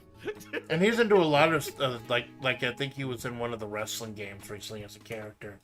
Which actually is not unheard of, because if you remember, Fred Durst was in a couple of wrestling games also. So it's not like completely... Oh, Jesus fucking Christ. His stage name was created when he put his birthday into a rap name generator. So, wow. What? So he got his... I've got to check the citation on that. What's the citation on that? Number 4. I mean, it's possible. Find out how Post Malone got his name and all of his tattoos in this Martha and Snoop. Ooh, Martha and Snoop. Two great tastes that go together like shortbread and caramel swirl. Delicious Post Malone Oreo. Post Malone Oreo. There's so many fucking flavors of Oreos. Oh my god. Yeah, there's a lot. There's a lot of. The most disgusting one, there was a fruit punch Oreo. That's actually kind of revolting. Have you tried the mint ones? Well, that's simple. That's like chocolate and mint. That's a classic game. It tastes like toothpaste. It tastes like melted toothpaste. Yeah, you gotta be careful with mint flavored stuff. If they don't do it right, it tastes like toothpaste. It's nasty, and the only reason why I know that is I think it was my sister decided to test out new Oreos. So she bought the Selena Gomez one, the cinnamon one, and she likes it. I hated it. She bought the mint one, and everyone hates that. It's like literally the telltale meme of like you choose like the worst option and it says everyone hated that. Well, you bought it. That's the important thing. Like, once it's in your hands. I did not buy it. I would have never bought that shit if it was up to me. It's just. I just like. It's just. Came out of my room one day and it was like, there it is. Like, oh, your sister bought this. Like, oh, yay. But they I think they had like even Sour Patch Gummy ones, and I think they had ones with like, what was Mandy going on about? Like she tried. Oh yeah, there was a promotion going on with Oreos and Coca-Cola, where they had Oreos that tasted like Coca-Cola, and Coca-Cola that tasted like Oreos. And I'm like, if I hadn't already given up on humanity back in the 80s, like I would have right there. It's like, why? Why do you need to do this to yourselves? You've got Oreos that taste like Coca-Cola, Coca-Cola that... Humans, here's a little warning for you. Just because you can do something doesn't mean you fucking should. Well, maybe like... Okay, here's my thinking process, right? They do it to drum up advertisement. They go, hey, we brought out this new flavor. They like I remember when they did this with Mountain Dew and a bunch of other like products, and they're like, hey, did you like this? Did you like this?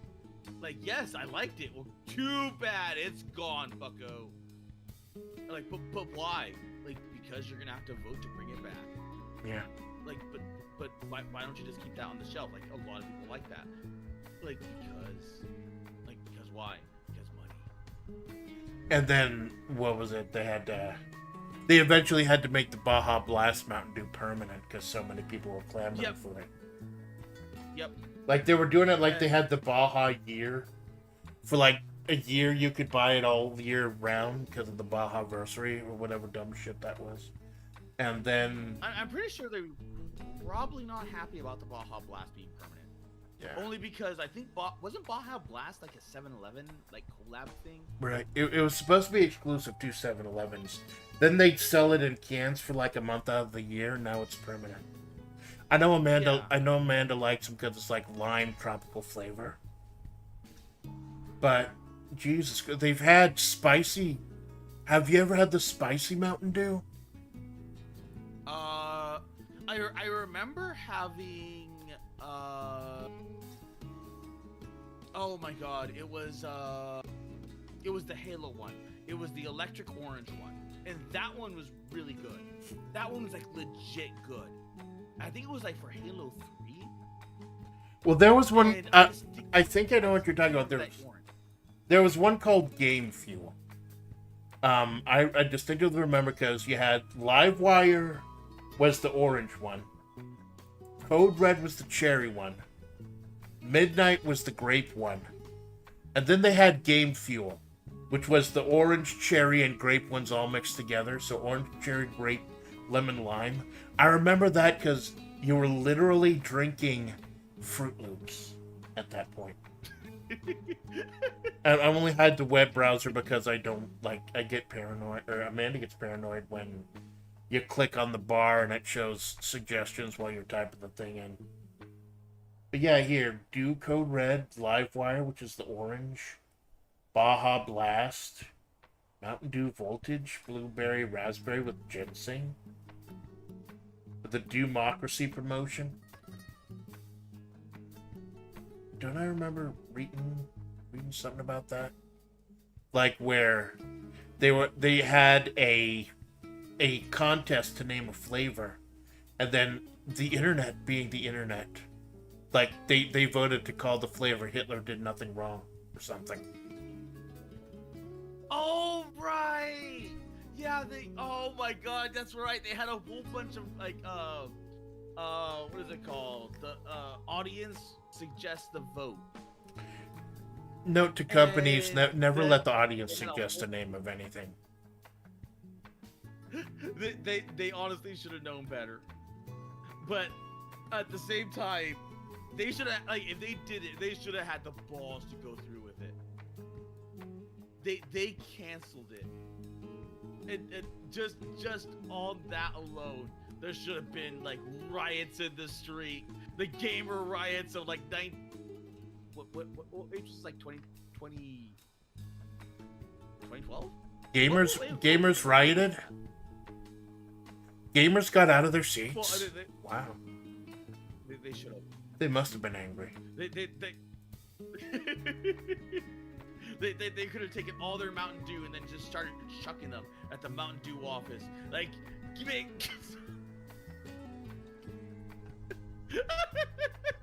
Well, they've got a lot of different flavors they could chuck at them. I'm just checking the wiki here. You getting Mountain? What's up, Nolan? I was gonna say something, and I realized what I was gonna say out loud. Thank you for catching yourself. I know I'm a little more lax than Amanda is, but this is still her channel. Thank you. Shame they don't really sell Mountain Dew in my country anymore, apart from the less sugar one. Funny bit though, it would have been like imagine all the gamers like rising up, rioting in the street, taking to the Mountain Dew offices, chucking Mountain Dew through the windows, screaming. It's a real gamer uprising. Wow. You have nothing to lose but your Doritos, including your Mountain Dew flavored Doritos. Could you imagine the news articles from that? Yeah, Vice would have a fucking field day. Then we just gotta take it to Vice. Reporters deserve no rights. This is interesting. Just looking at some of these former flavors. You could have, at one point, at Red Lobster... Oh, why Red Lobster? You could have had a Dugarita, which is a margarita made with Mountain Dew. They offered it from 2020 to 2022 at Red Lobster. Oh, people say that Red Lobster is going to go out of business because they lost all the money with the free shrimp promotion. No. They decided that you wanted a margarita made with Mountain Dew. That's why they deserve to go under. What the fuck? I actually kind of like Red Lobster. Like I vaguely remember liking their food when I went there. Granted, I only went there like a few times, but I always liked their food. Amanda doesn't like seafood, like shrimp or anything like that. She usually doesn't eat it. But oh my god, doing a promotion where you can get endless shrimp, like one of the most expensive items, endless one for free. And then she saw a couple videos about people who were just staying for like 10, 12 hours, eating $100 of shrimp for free. Wow.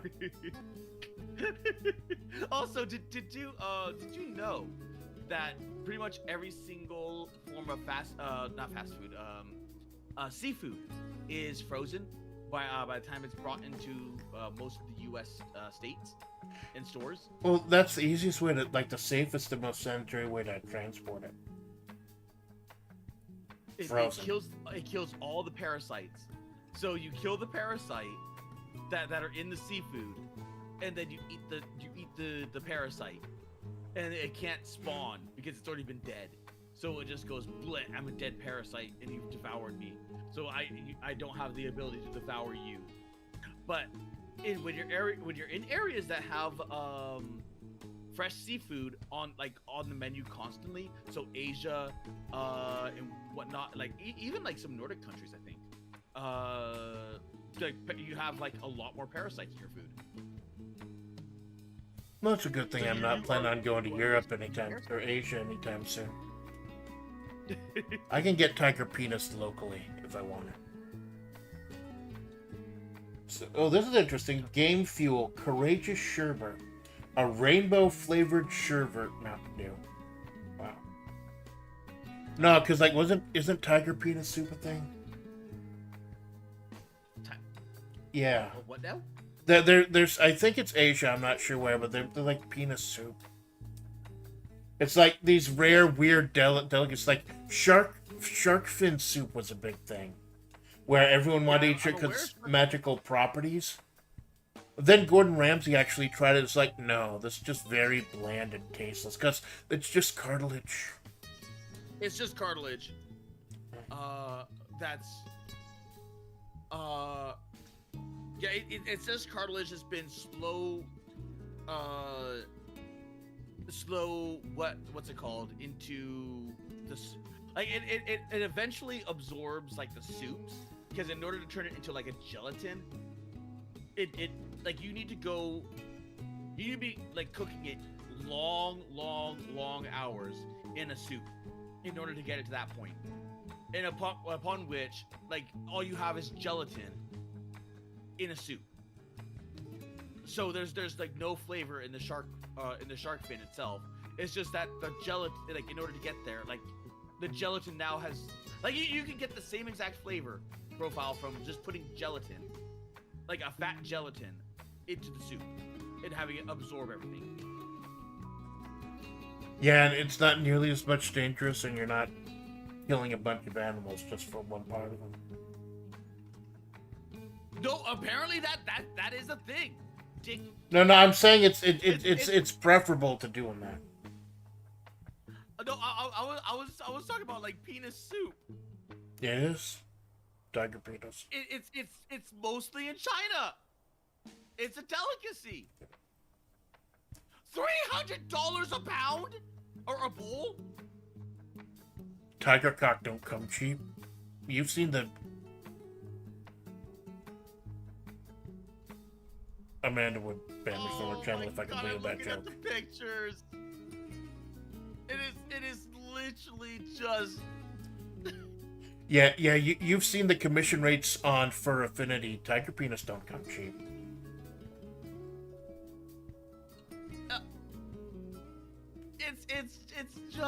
It's just like, there's like no ifs, ands, buts, or questions about it. It's just penis inside of a soup. Well, of course there's no buts about it. If the butt was in the soup, then they cut out the wrong part. No, they just cut the dick in half. Well, of course it's for two people. It's for lovers to share with Jack Speedster. Apparently, I did not know about this. Well, I'm glad I taught you something today, Malone. I'm glad we were able to educate you on the finer points of life. This world, this strange world that people live in. Tiger cocks. Why? I guess because it's there. Because they have, like, the tigers there, I guess. Don't worry, Amanda. I'm not going to search tiger penis on stream, alright? I'll wait till after the stream. Yeah, if you wanted to look at penises inside of a soup, that's one way of doing it. If a lover took me to eat... There's a lot of... They're very proud of their penis soup, where they're just like, yeah, here it is, on full display. Piwo said, if a lover took me to eat that, he would no longer be a lover. Specifically said he instead of she. Which, there's nothing wrong with that. There's nothing wrong with that. No. I guess Piwo's the type that likes it, raw, so kind of like sushi. But, I mean, sushi is more in common with, like, the female parts rather than the male parts. Because raw fish, right? Because raw fish. No, because we all know that women have, like, rice that... I don't know how Amanda puts up with you for 5 hours every 2 weeks. I really fucking don't, but it's a lot of fun either way. It is. I'm gonna try to force the strain to go back on track just a little bit. We may get back to the tiger penises later. Do not remind her about the tiger penises. But another thing I was gonna look at was, I forget either you found it or Amanda brought it up. There's actually and just get into the lore and everything now, a cosmic caramel swirl galaxy. Yes, NGC 1300. Right. And now the thing is, like, I actually, Amanda was doing a lot of research last night while she was going through the YouTube music and everything. She could not find a lot about this being a cosmic caramel swirl. It's just like a name that was given like one or two articles. Everything else calls it NGC 1300 and Yeah, the Milky Way galaxy. Well, the interesting thing about NGC, here's the thing: is that the NGC 1300 is the galaxy, and the type of galaxy is a cosmic swirl, a cosmic swirl. Right.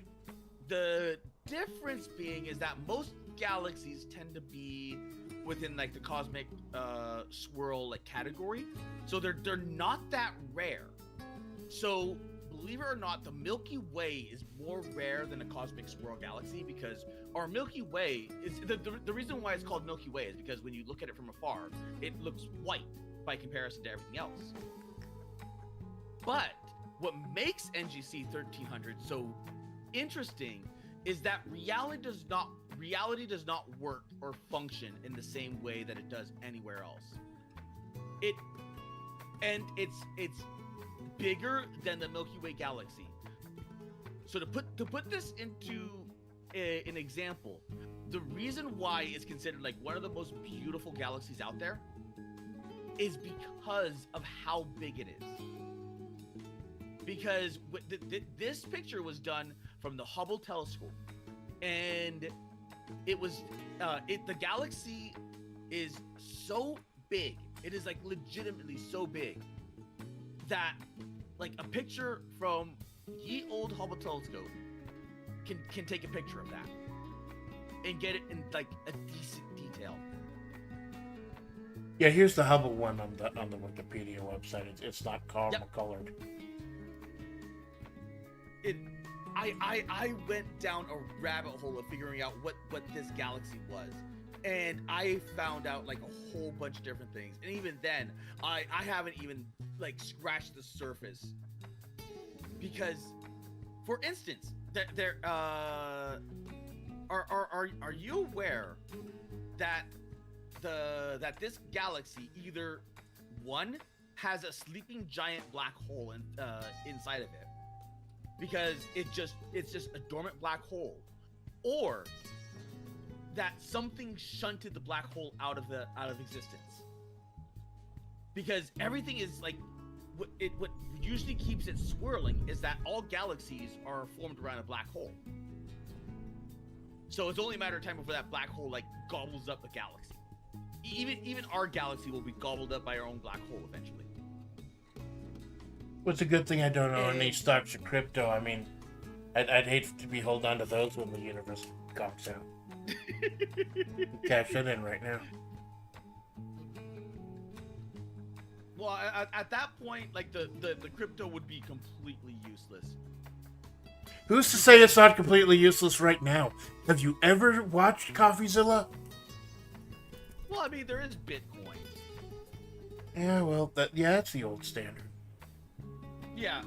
Who invented this? But the Chinese people. The Chinese people. But you were talking about finding, like, Amanda couldn't find anything on this. There was some kind of void next to it. Yes, the Eridanus void. There, you have to look up because that's how deep I went. Like, you see how it says constellation Eridanus? So you just Google search that, and everything that's related to the Eridanus is the Eridanus supervoid. And the Eridanus supervoid is this massive black spot in space that no one can figure out like why it exists there, because it's this ginormous cold spot. So it's either that there literally is nothing there, in which case that's weird. Like what like this stuff does not happen. To the point where like it does, like nothing exists, like that doesn't happen in the galaxy, or that there's so much dark matter there that it's eating and gobbling up all the light to the point where it is hidden from eyes. So is it's a super void. like it. Nobody Yeah, knows what's in it is there. something that.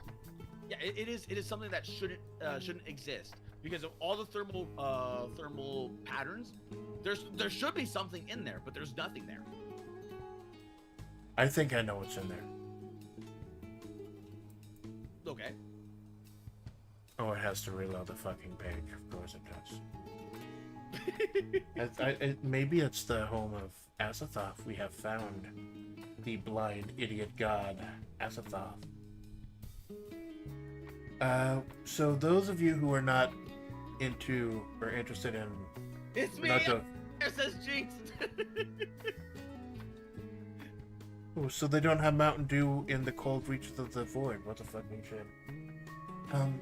Now I was bringing up, initially talking about your history and things like that. I was talking about working in Azathoth, the blind idiot god, who... Basic lore of Azathoth, one of the canonical Lovecraft characters. He's a blind idiot god, just milling about, just floating around. If he wakes up, everything gets undone and existence gets unmade. So he's got a whole bunch of people who are just creatures there, who are just playing drums and reeds. I'm eternally trying to get this guy to stay asleep, because if he wakes up, everything is just like fucked. So hearing about the caramel cosmic swirl and hearing about the void, Amanda's idea was what if that's what you used to do back in the void. You used to be one of the people, one of the beings who was playing drums or reeds, trying to keep Azathoth asleep. But you know, eventually it's like, I think she was trying to work this into your history, working at like Amazon or whatever it was, the factory job you were doing. How you were frustrated, just grinding away, working away there, not doing anything. Like if you were playing a whole bunch of reeds or drums to keep a blind idiot god asleep. And eventually, you looked over at Earth and all the fun things we were doing there through that hole. And you, I think your idea was, like you brought this up on the one and only episode of Desert Chronicle, how you saw FlaVR and all the fun they were having here and all the different things they were doing, and you wanted to be a part of that. So the possible idea is that like maybe you noped out of being part of Azathoth's harem, so to speak. You decided like you came, and maybe since the void was there next to the Cosmic Caramel Swirl Gallery, that's where you got the idea to take the form of a cosmic caramel. You saw that's a pretty, I'll do that, and then you slammed into this planet, and the rest is history. The fire car is a loud laughter. Yeah, he's forklift certified, but he's not giggle certified. I mean, to be fair, back then I did not laugh much. I will say that. I feel that would probably be kind of a nice analogy, though. It's like with the endless grind of playing the reeds and the drums to keep him asleep. Yeah, this was your former boss. Who knows? Maybe that's you banging away, tooting on the flute. Do you play any instruments, Malone? I used to play the guitar. Back before my finger broke or my hand broke. Ah. Maybe you could learn to play the trumpet or something.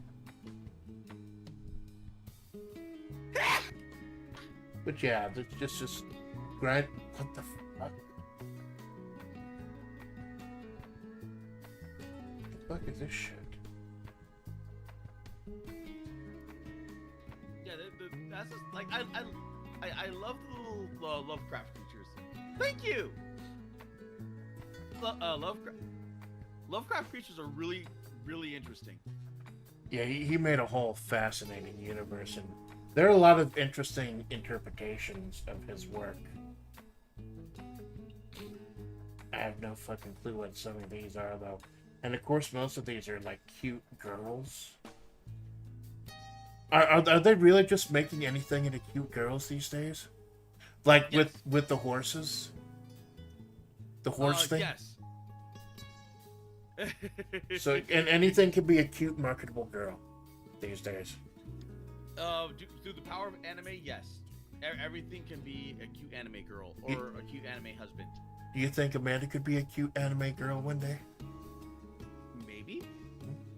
I mean, the splats would have to be like less old and crunkly, and then go Crunkly? like, the ooh woo, and then go tee hee and other such cute aneurysms. Ooh woo. Are you saying she needs to be kawaii? Yes. And then maybe get a lowly model.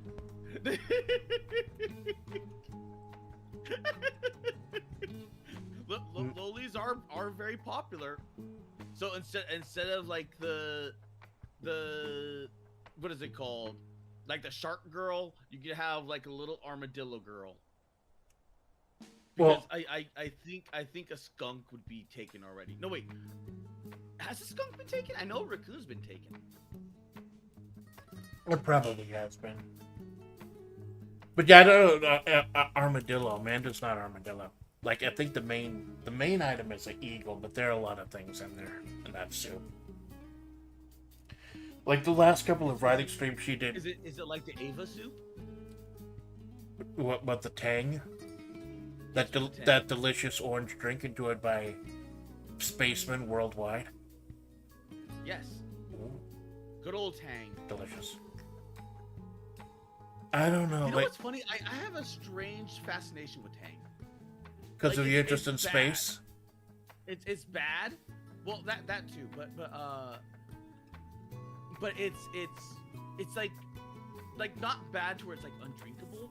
It's like this is good, but if I had like actual orange juice, I'd rather have the orange juice. But if I had like this and like water, like I'd rather have the Tang in the water. Well, If that makes sense. this is how horrible Brave search is. I looked up Tang, and immediately the first result they wanted to give me like a wallet, some kind of special space age wallet. But no, this is Tang. This is this Okay. this is not to be confused with Ting. What the fuck is Ting? Ting is a carbonated beverage popular in the Caribbean. No, we're not here for that shit. We're here for Tang, which comes in different flavors. There's orange garbage and grape garbage and sugar garbage. And there's a grapefruit. I don't know why this started gravitating towards drinks. Okay. But so 30. But so you can have all flavors of Tang. You can start your morning like an astronaut. Because that's what we all want. We all want to start our mornings in a suit, in a little coffin in space, with no freedom, no mobility, pissing into a bag, shitting into a vacuum essentially, with your bones like losing lots of calcium. Everyone wants that. Well, no, it's I believe it or not, it's not the fact that your bones lose calcium. It's the fact that in space everything kind of like not only do you lose body like okay to put it simple, like when like human bodies were not made for space. Life forms were not made for space. So they lose muscle mass when out in outer space because of the lower gravity. So even if you could accommodate for that, you are still like losing like nutritional value, and that's what leads to the bone loss and everything else. So like let's say you could even like accommodate for that. You would still have all the cosmic radiation, gamma rays and everything else constantly blasting you to the point where it would more than likely start to accelerate cancers.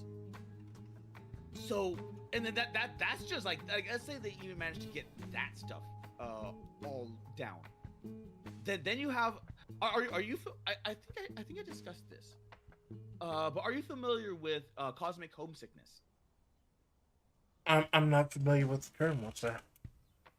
Cosmic homesickness is where you as a human or like you as an entity are attuned to the magnetic waves of Earth, and like the from not only the molten core underground, but everything else, like even the like the wave, like the what is it called, the waves that exist around Earth, like that has a natural pull towards you, and if you start to go away from that, you start to feel like a deep sense of homesickness, and prolonged exposure to that is like starts to make people go crazy. So it starts to emulate, what is it called? Oh my god, it's literally Space Madness from Ren and Stimpy. Yes, like literally space madness. Like literally space madness. And space monkeys do that. Yes, space, like it was tested. It was tested like time and time and time again. Very, very few people have any form of resistance to this, let alone immunity to this.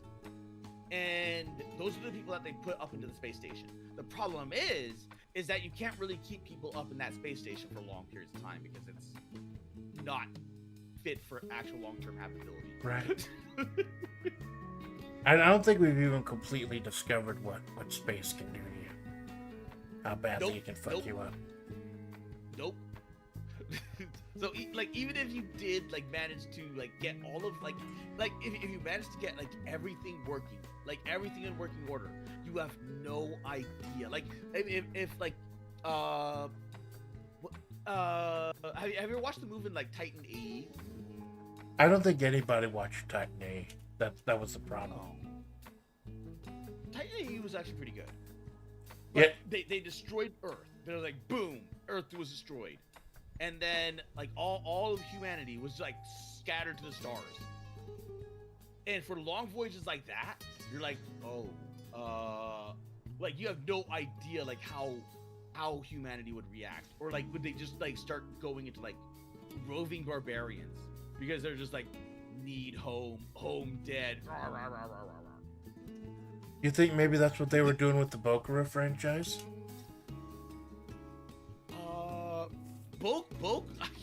Bokura was its own can of worms. That was, oh my god, that was something else. Of course, you famously, you and Halen Riser finished Bokura. Yeah, we finished all of Bokura. 5 minutes into the stream. So that was great. I still can't believe that. I still can't believe that. And as soon as Halen called it, it's like, nope, this is exactly what happened. And then, of course, that time you played, what was it, Unpacking? You were so close to the end that you still stretched it out for another stream by yapping for 5 hours and just putting away one thing.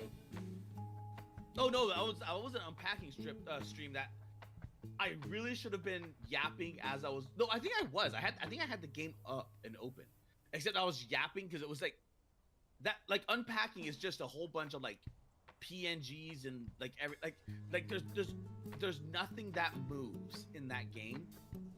It's just a really like artistically pretty game. Yeah. Like very simple, very simple. So it takes like no resources in the background. So I had this like I turned off the music and I had it in the background running while I was yapping and looking stuff up. And then by the time I finally realized, I'm like, oh no, I was just flat. It was like make a joke, like unpack one book. And you did. Oh, hello, Darren. Thank you for stopping by. I'm sorry I'm not. Also, hello, Darren. Yes. I'm sorry I'm not keeping up with the chat as much because I've got Brave open, and that's taking up most of the left monitor. But yeah, it's just I think maybe that's things. Maybe new viewers don't know about Cara Malone. Is that yes, there's yap. There's gonna be yap, but the yap is the best part. Getting to know Malone and just following all these flights of fancy. Just getting into the mind of Malone. What goes on in the mind of Malone? Not much. Legitimately, when I sit at the computer and I do my stream, I turn off my brain almost entirely, and I just do things. So much so that it's like everything I do is like either an ad-lib or unscripted, and then next thing I know, I'm just like humming a little jingle that I will never ever remember. And there was like this one song that I did something, and I think it was during a Halen where I was like ad-libbing a song, and then Halen was like, "Hey, where'd you hear that from?" I'm like, I don't know, because I remember like someone complimented me on it. Like someone complimented me on the ad-lib little song I made. Because I know Amanda's the exact opposite. Like, she has an almost encyclopedic knowledge of previous streams stuff that she's done, and just trying to like coordinate, get like long-term stuff. She's trying to be a little more spontaneous. That's one of the reasons why she started having me do unstructured play in the first place. So just an experiment being a little more spontaneous. Like, I planned more for this stream than any other unstructured play, but it's just trying to be a little more like, on the one hand, like, you and Amanda have very different streaming styles. Like, you yap for 2 hours. With Amanda, if the game isn't going at the beginning of the stream and she's in 5 minutes, something wrong happened. But also that she can learn from you. Learn things from like how you do. And I think that might be kind of fun about why you two kind of mesh so well together, is that just how different things are. And it's actually kind of fun to watch. Yeah, it's fun. It's just I do lack focus. I do indeed lack focus. So it like my gaming, what is it called? What's it called? Series could be a lot shorter if I just went boom right into the game. Yeah, but then you wouldn't be Caramel on.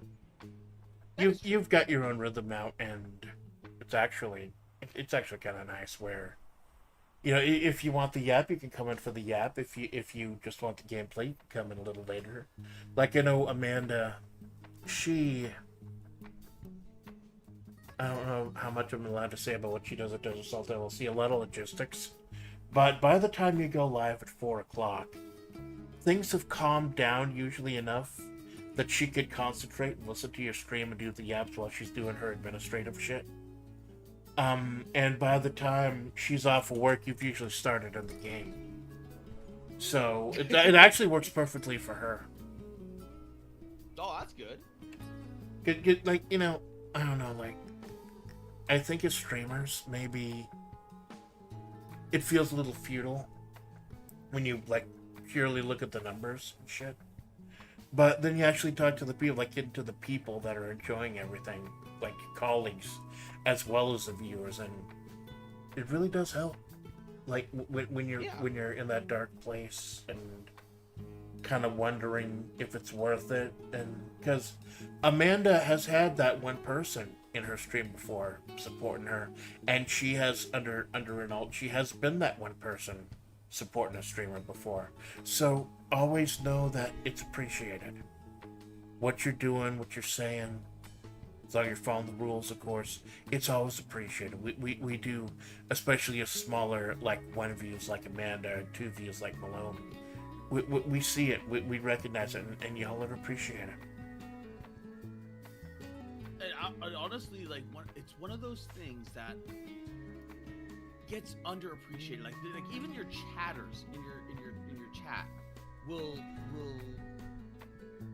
like, especially for like a streamer, it would be like you ping pong back and forth, and I've noticed that I can ping pong off my chat, and I can talk about chat, and then all of a sudden, like, chat will like move, and then I'm still talking about the subject, and I see the chat moving, and I'm like, but I still want to talk about this thing, but I also see it moving.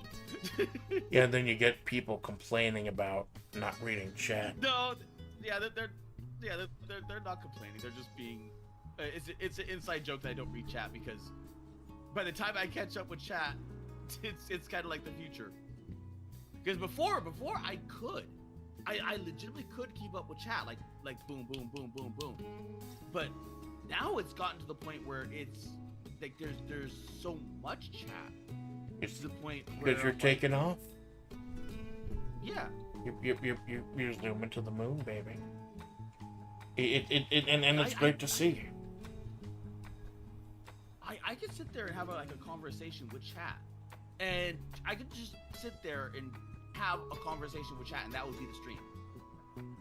Yeah, that's like the first couple hours of every Malone stream.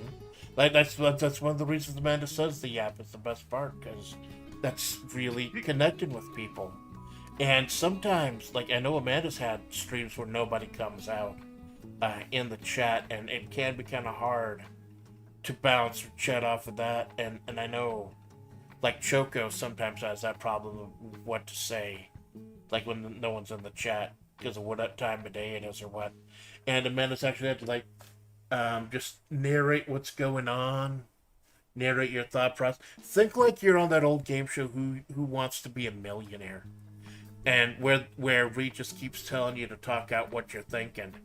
That helps, but it's always nice to have someone to work off of. Definitely, that's why collabs are so great. One of the many reasons collabs are so great, because you actually have someone there to work off of. Yeah. Like I say, I think that's one of the reasons you and Amanda do work so well together, because you're so different. Well, the funny thing is that I kind of feel guilty about collabs, because I love collabs. I like meeting new people. I like hanging out with everyone, because you don't get the opportunity to hang out with everyone outside of like a collab that often. But at the same time, you sit there and you have a conversation with like your collab partner, and you want to like game and do everything else, that you miss out on your chat, and you miss out on the chatters, and it almost feels like you're I don't want to say cheating, but like that. I don't want to say disrespecting either, but it almost feels like you're kind of leaving them like out in the void, or out in like, what is it called, the like limbo, where like right now, like after Space Monkeys, Jinx was like, I'm sure it was a magnetism and not a fact that it is an animal that made the monkeys freak out in space. And then with Darren, he's like, it's the Patrick meme, but inner machinations are a mind or enigma. Milk. Well, I feel like the real fans are gonna understand, because your energy can only be directed into so many directions at once. They understand that like they're making content for you, but that's like Amanda was doing. She's doing nothing but collabs this week. That's why one of the reasons next week she's doing no collabs. She's already booked the entire next week. It's just trying to find that balance. It's just, you understand that feel bad about not being able to keep up with the chat, but you are entertaining chat through other people. And that's why one of the reasons Amanda like really admires and tried to pattern some of her stuff about the fact that you're able to reach out to people, connect with people, that you want to try to spread the flavor of love early on. And like you've actually introduced her to a lot of amazing people like Halen and Himawari Katetsu, and what's that one guy, the Suck guy, the Smug Suck? Looks up, yes. Now People's bestie. now she's able to reach outside, if I finally feel confident to reach outside of flavor. The big things, it was the two big things. It was you collabing with everyone, and it was Mina Vanilla. Amanda, one of the first people she reached out to when Mina was asking for collabs, and Mina was just the nicest, sweetest person in the world to her, and that kind of helped give her the confidence to try to reach out to other people. And she's sad that I think she was talking about one of her big regrets is that she can't reach out as much these days, but she knows that she knows that the reason that the burnout hit right after her anniversary was spreading herself too thin. She had like 3 late night collabs right before the 2-day anniversary celebration, in which she did 7 streams. So it was just too much. So if what she keeps saying is, if she does not reach out to you, blame her head and not her heart. There's just she's a wagey. There's just not enough fucking time. Yeah, that's why I kind of made my schedule so open. Is because everyone gets like their schedules posted differently. So Elf usually gets his schedule posted on a Tuesday, and I schedule my schedules on a Sunday, and then post it out. So that way everyone knows, like, oh, here's what's on the block for Monday, and et cetera, et cetera, et cetera. And even then, like that's like cutting it down to the wire, because most VTubers plan it like they start on the Sunday, so like the new week is like the Sunday is the Monday, and then goes like Sunday, Monday, Tuesday, Wednesday, Thursday, Friday, Saturday. So by Saturday, like Saturday, they have to have the schedule out for the next day on Sunday. But if you stick to the schedule, then all of a sudden it's like anyone that has a real job, like an actual wagey job, get like everyone in the middle. Like if you're one of those unlucky souls that gets their schedules posted on a Wednesday, you're like, why is it a Wednesday? Well, that's the way that it works out. Well, Amanda is lucky in that aspect because her job, like, they'll post her schedule in batches, like 2 to 3 weeks in advance. That's why she's able to schedule so much stuff in advance.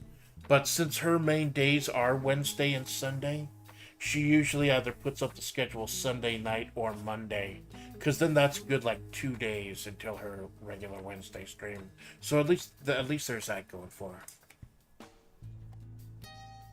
That is true. And of course, like, you know, when the problem with putting up your schedule is that Amanda does in fact have to spell check, and has got you misspelling things many times. And she can be a little bit of a bitch about it. Well, I tend to misspell a lot of things. I've noticed that it's gotten worse. Like I used to be able, like, I think streaming is actually making me dumber. Like, actively making me dumber, because I will sit there and make mistakes, and I will type something out, and then I've noticed that I've started fat fingering. I'm like, blah blah blah blah blah, and I'm like, oh my god. So much so that when I actively say something in chat, it's like, oh my god, like, you're like, Kara is actually the big brain, and I'm like, yes. There's a reason for that. Like I was heading for West Point. I was going for like space and everything else. Like West Point. Yeah. I don't want you to dox yourself, but that's actually pretty prestigious. Yeah. Huh? But that was like ages ago, and like ever since then, I'm just like grind, like stuck to the grind set, head to the grindstone, and then VTubing happened, and then all everything plateaued, because you're nothing in your work, like if you're putting your head to the grindstone, like you're not really like, once you learn like how to do your job, it plateaus, because then you don't need to learn anything else unless you start going into management, in which case you don't, like, I don't want to say like you learn to where you're like, oh, I'm inclining back again, because you don't.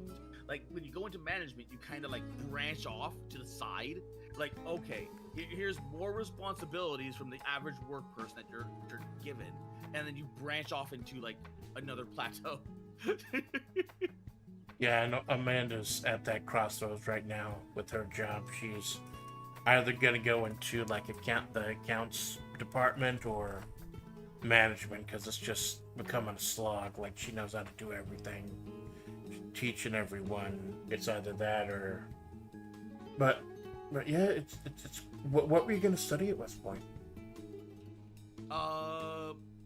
Navy, aeronautics and whatnot.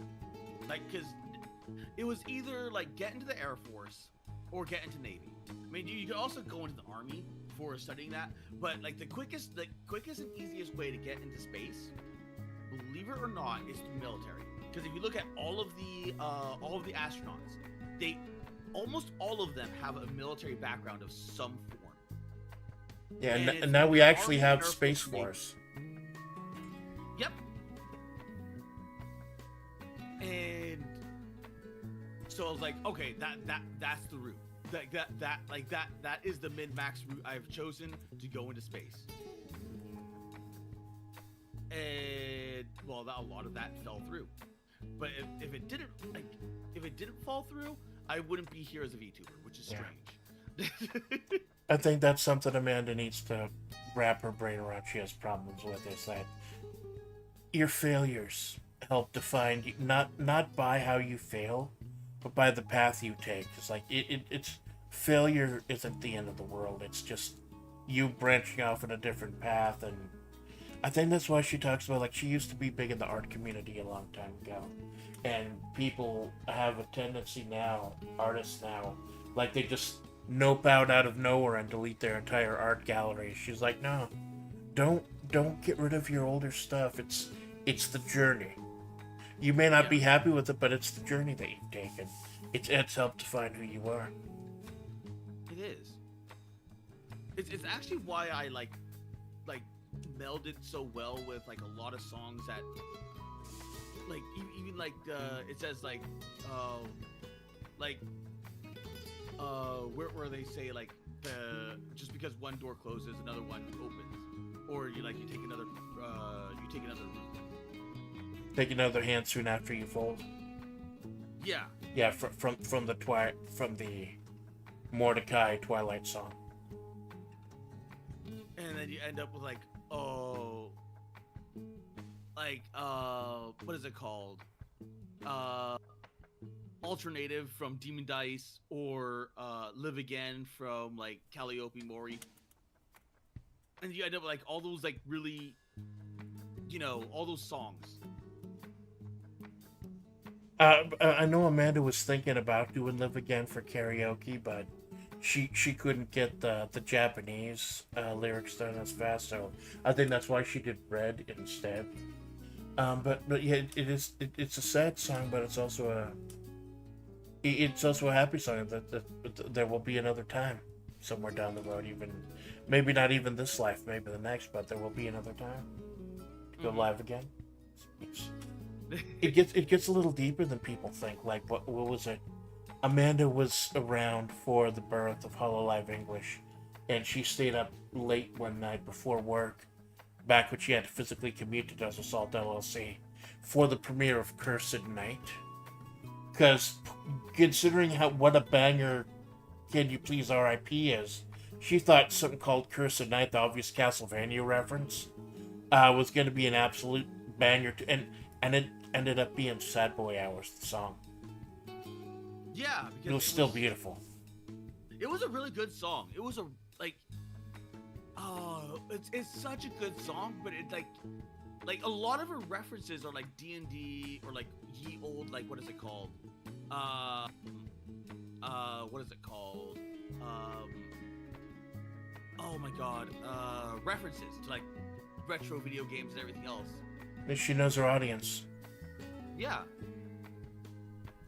And because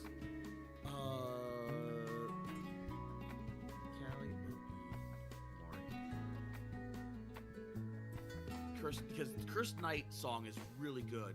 It has like a really good like song. It's like I still love End of Life because it ties in like other songs. And it's just like, how do I put this? Like if a certain someone like how do I even put that? But it's like if a certain someone managed to write a song about like a capstone for a lot of their other songs, End of a Life would have been that song. Yeah, it's like, I think you know what you're talking about. I can actually answer this with Amanda. the Eagles album Desperado.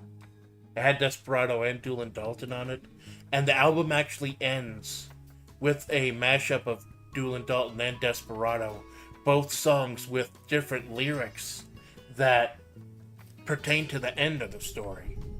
Like the Queen of Diamonds let you down, she was such an empty fable. The Queen of Hearts you said she never met. So yeah, it's a capstone to the album by bringing together songs from the album itself. Kind of like a big finale. Like they do with some of the Broadway musicals. But it's such a good song because like it's a closing of an album that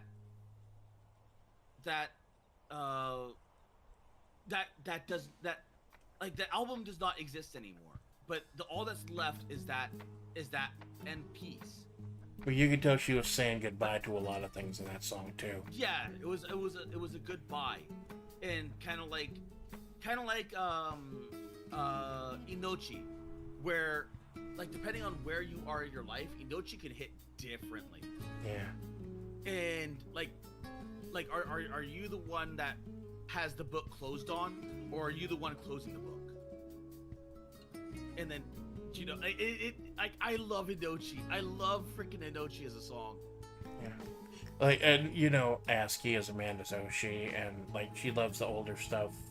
That first with the ASCII White, ASCII Black, including Inochi, and that song, like it just hit, especially when you become an adult, when you become older, and even especially when you start doing this and thinking about the type of legacy you want to leave, like what you want to leave behind when you're done doing this. How they come alive when you press the button of life, the play button, because it's like they're still here. Yeah. That's what happens when And Amanda listens to old Coco VOD or something. Hear you Coco, it's like they're still there. Oh, I miss Coco. I really miss Coco. Yeah. She's doing good, but it's still not Coco.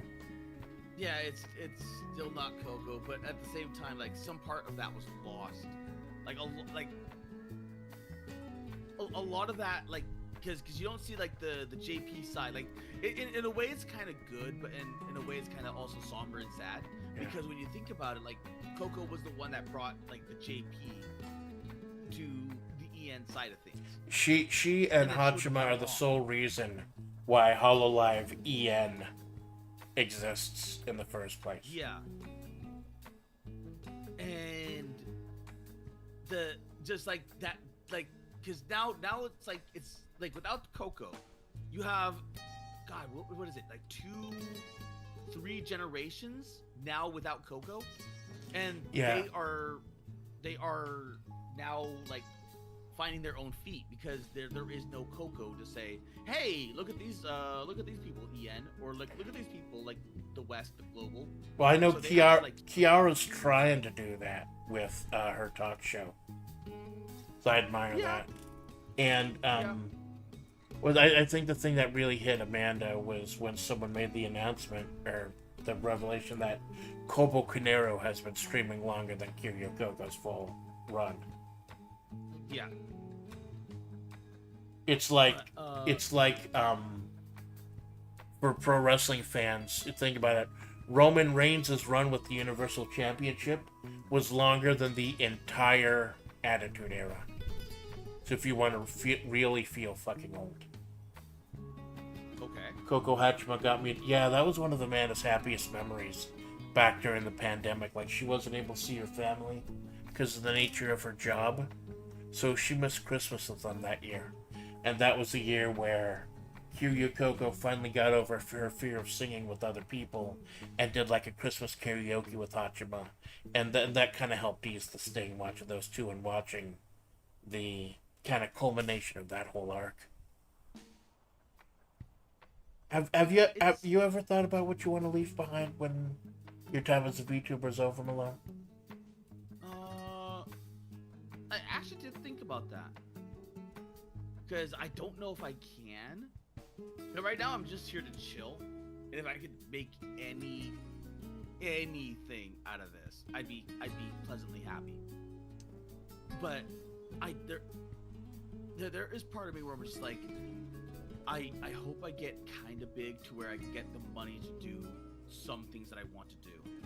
And I don't want to say what I want to do, because if I did, like, not only is it like a fact of like someone like somewhere out there might pilfer it, or like might give the idea to like someone else that is capable of doing it, but it's also that mindset of like, I mean, have you heard about what is it called? There's a theory where if you discuss something, then you can't make it possible, because you're putting your ideas or your thoughts out there and in front of someone, and they're like, oh, that's a really good idea, or like that's a bad idea, or like whatnot. So because you've already said it out there, you don't want to do it because you've gotten the validation that you want, like either positive or negative about what you're doing. That's interesting. I never thought about it like that. It's why, like, if you ever had like a really good idea and you're like right there, and like you wanted, you're like, it's like right on that cusp and bridge of doing something, and you're like, I need to run this by someone. I'm like, I had to tell, like, I had to tell someone no, and they're like, why not? And I'm like, because of this. I didn't know how to put it into words, but they're like, because you might tell me something, and then all of a sudden you just don't do it because you got what you were looking for. Haunting the universe, is that it? I have no clue. I honestly have no clue. It might be, but I just remember that aspect of it. So ever since then, I've kept everything close to my chest that I want to do, because if nothing comes of it, then okay, then I die with that knowledge. But keeping it close to your chest, so once again, it all comes back to your boobs. It does. But yeah, I was thinking, yeah, it's the. Oops, sorry. Go ahead. Oh, I was gonna say the quickest way to the heart is through the cleavage. well, not if you're a hulking muscle with massive rock solid pecs, but I digress. I think that is like, not to get too philosophical, but I think that is like the biggest difference in philosophy between you and Amanda, because like initially it goes back to her Oshi ASCII. The initial plan for the ASCII project was, she actually put it like she was talking about on, I think, her 7th live. It was a journey towards, a project towards a beautiful end, where every concert, every performance, etc. was supposed to go towards an ending, and that final concert. And that's kind of what Amanda's doing, like why she only renews the Amanda Splats project for a certain while. She's trying to think of a big ending for the story and a good way to bring things about. And you are just, you want to do it as long as you can and keep this going with bigger ideas and bigger dreams. So I guess philosophically, like, Amanda's thinking about an ending and you're thinking about the future. And I think she can admire that more than anything else, that like you're not gonna fucking stop, and it's gonna be amazing. Like, she doesn't know how long she can do this. You don't know if you're ever gonna stop doing this, and it's that type of work ethic and that type of drive and determination I think she admires the most. Well, I think I got that drive and mindset from like just working nonstop. I'm like, because I know now that I can like put my head to the grindstone and not worry about a thing. Like I could do this. Like I just need a reason to do it. Like to get like I've got fire. I've got fight in me. I just need a reason to fight. Yeah, you otherwise you're just like punching a wall like all the time. It's just like, why are you punching that wall? Like back with your warehouse job. You know, yep. You can put in the house, but now you want to do something that you can leave behind to the world, and something you can enjoy while doing it. Mm-hmm. And Amanda is happy to be even a small part of that, and She always wants to renew her commitment to. She will do anything she can within her power to assist you with that. Oh, thank you. So I think we're gonna wrap up. It's- I know. Oh, sorry. Oh yeah. Oh my God. It has been 3 hours, hasn't it? I know unstructured play usually goes for 4 hours. We were thinking a game, but I think this is a nice natural place to end the conversation. And I thank you for coming out here. Like, I know with the salted caramel, there's usually the yap and games and stuff.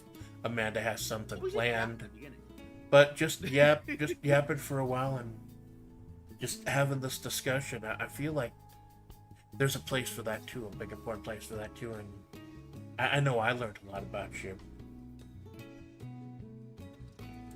So looking forward to you and Amanda.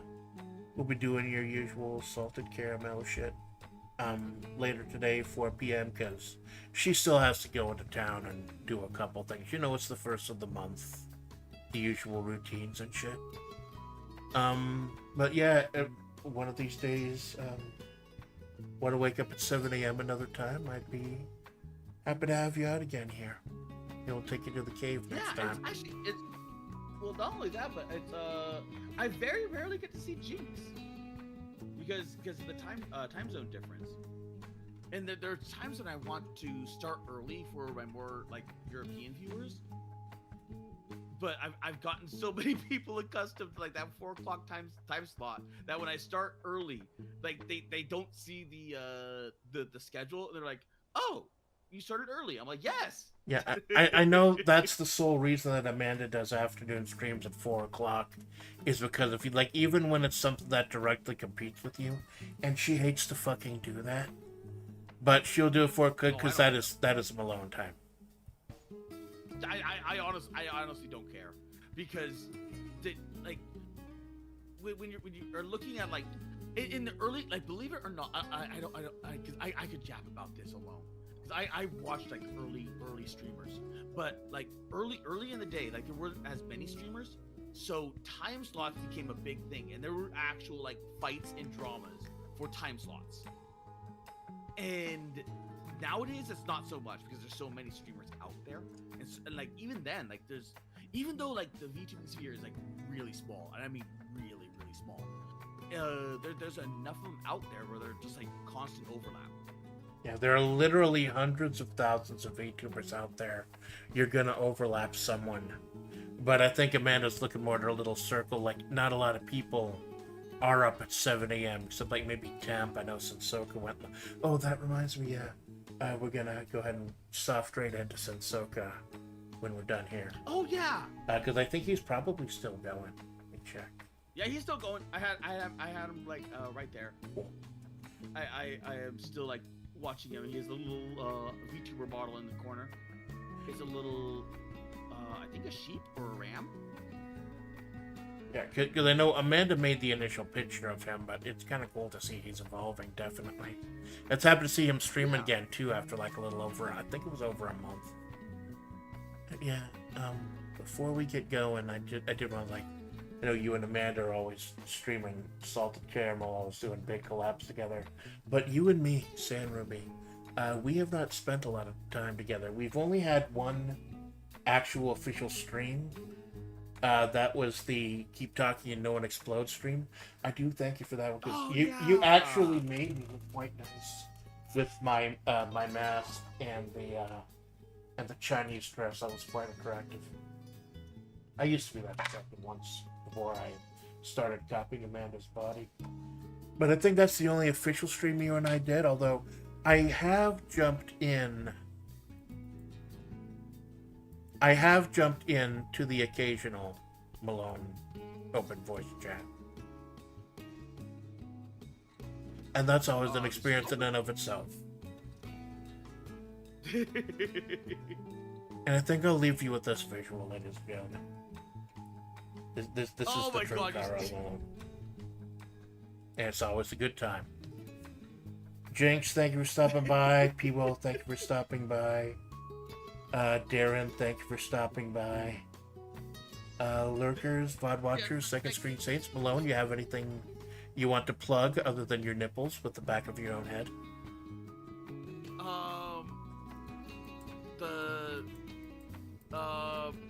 You know how I said I think I'm getting stupid. I think I'm getting dumber. I as I stream, I think that's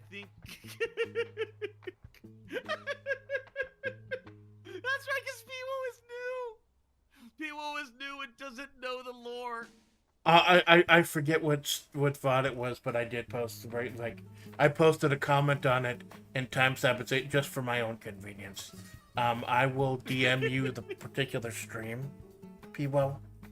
Looking forward to, like, if you don't mind, I'll start with the plugs. Like, later today, Amanda and Malone doing their usual bullshit. Tomorrow, Amanda and P-Wo playing Who's Your Daddy. Sunday, have us fun with Choco Minato and a triple shot of Malone. Great. Malone, anything you want to plug before we get going? Nope. P-Wo, it's exactly what you think it is.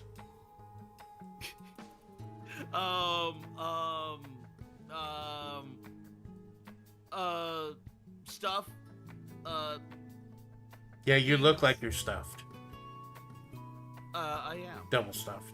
Of course, you know what Amanda always says? She doesn't care about breasts on women because she's obsessed with female bodybuilders and breasts just get in the way of a good set of pecs. And with that little bit of intellectual discourse, we'll bid you adieu. Malone, do you want to say? I don't know if you heard. I actually do have a good outro phrase now. So you want to go ahead and give your outro? You forgot to post the link. I thought you were gonna post it. You said you had it open. Would you please go ahead and post the link? Oh, okay, that's what you meant. Okay. I thought that'd be easier. Even though it's not on screen now, I noticed the stream was going a tiny bit chonky when I opened Brave. So, if you're anything to lower the chonk, so we're gonna soft grade into yes, the dwarf. The dwarf. The actual dwarf. Not me dwarf, but an actual dwarf. Yeah, not a mental midget, an actual dwarf. Thank you, Jinx. Thank you, P-Wo. Thank you, Darren. Thank you, lurkers and WOD watchers. And also, thank you for showing up this early in the morning for me. And the Sandrubies. All in the Splat's body. Inhabiting. Again, Malone, we are two separate people. I'm a coyote spirit. I can take any form I want. Amanda is a roadkill, and I copied her form. We're not taking the same form. I copied her form to try to reverse engineer whatever the isekai truck did to her, and that's not going to happen, apparently. So you're like a ghost coyote. Ghost implies I died. Amanda's going to be heartbroken that a ghost. I mean, that's what a spirit is. Amanda's going to be heartbroken that you're not up on the lore. And I know once I tell her, she's not going to fucking shut up about it. Because for you it's lore, for her it's just another day in another night in the desert. But like, question. If you're inhabiting Splats' body, right? I'm not. Is Splats like a mecca to you, like your spirit form or your soul? I'm not inhabiting her body. It's like if I was a Ditto Pokemon, like copying. The Ditto. I'd complain about you getting lewd, but I literally have your naked tits hanging above my head. You literally started this. You started this. And like, yes. Like whenever you point out my. There's no pointer going on. Your pointy things are being covered by the back of your head.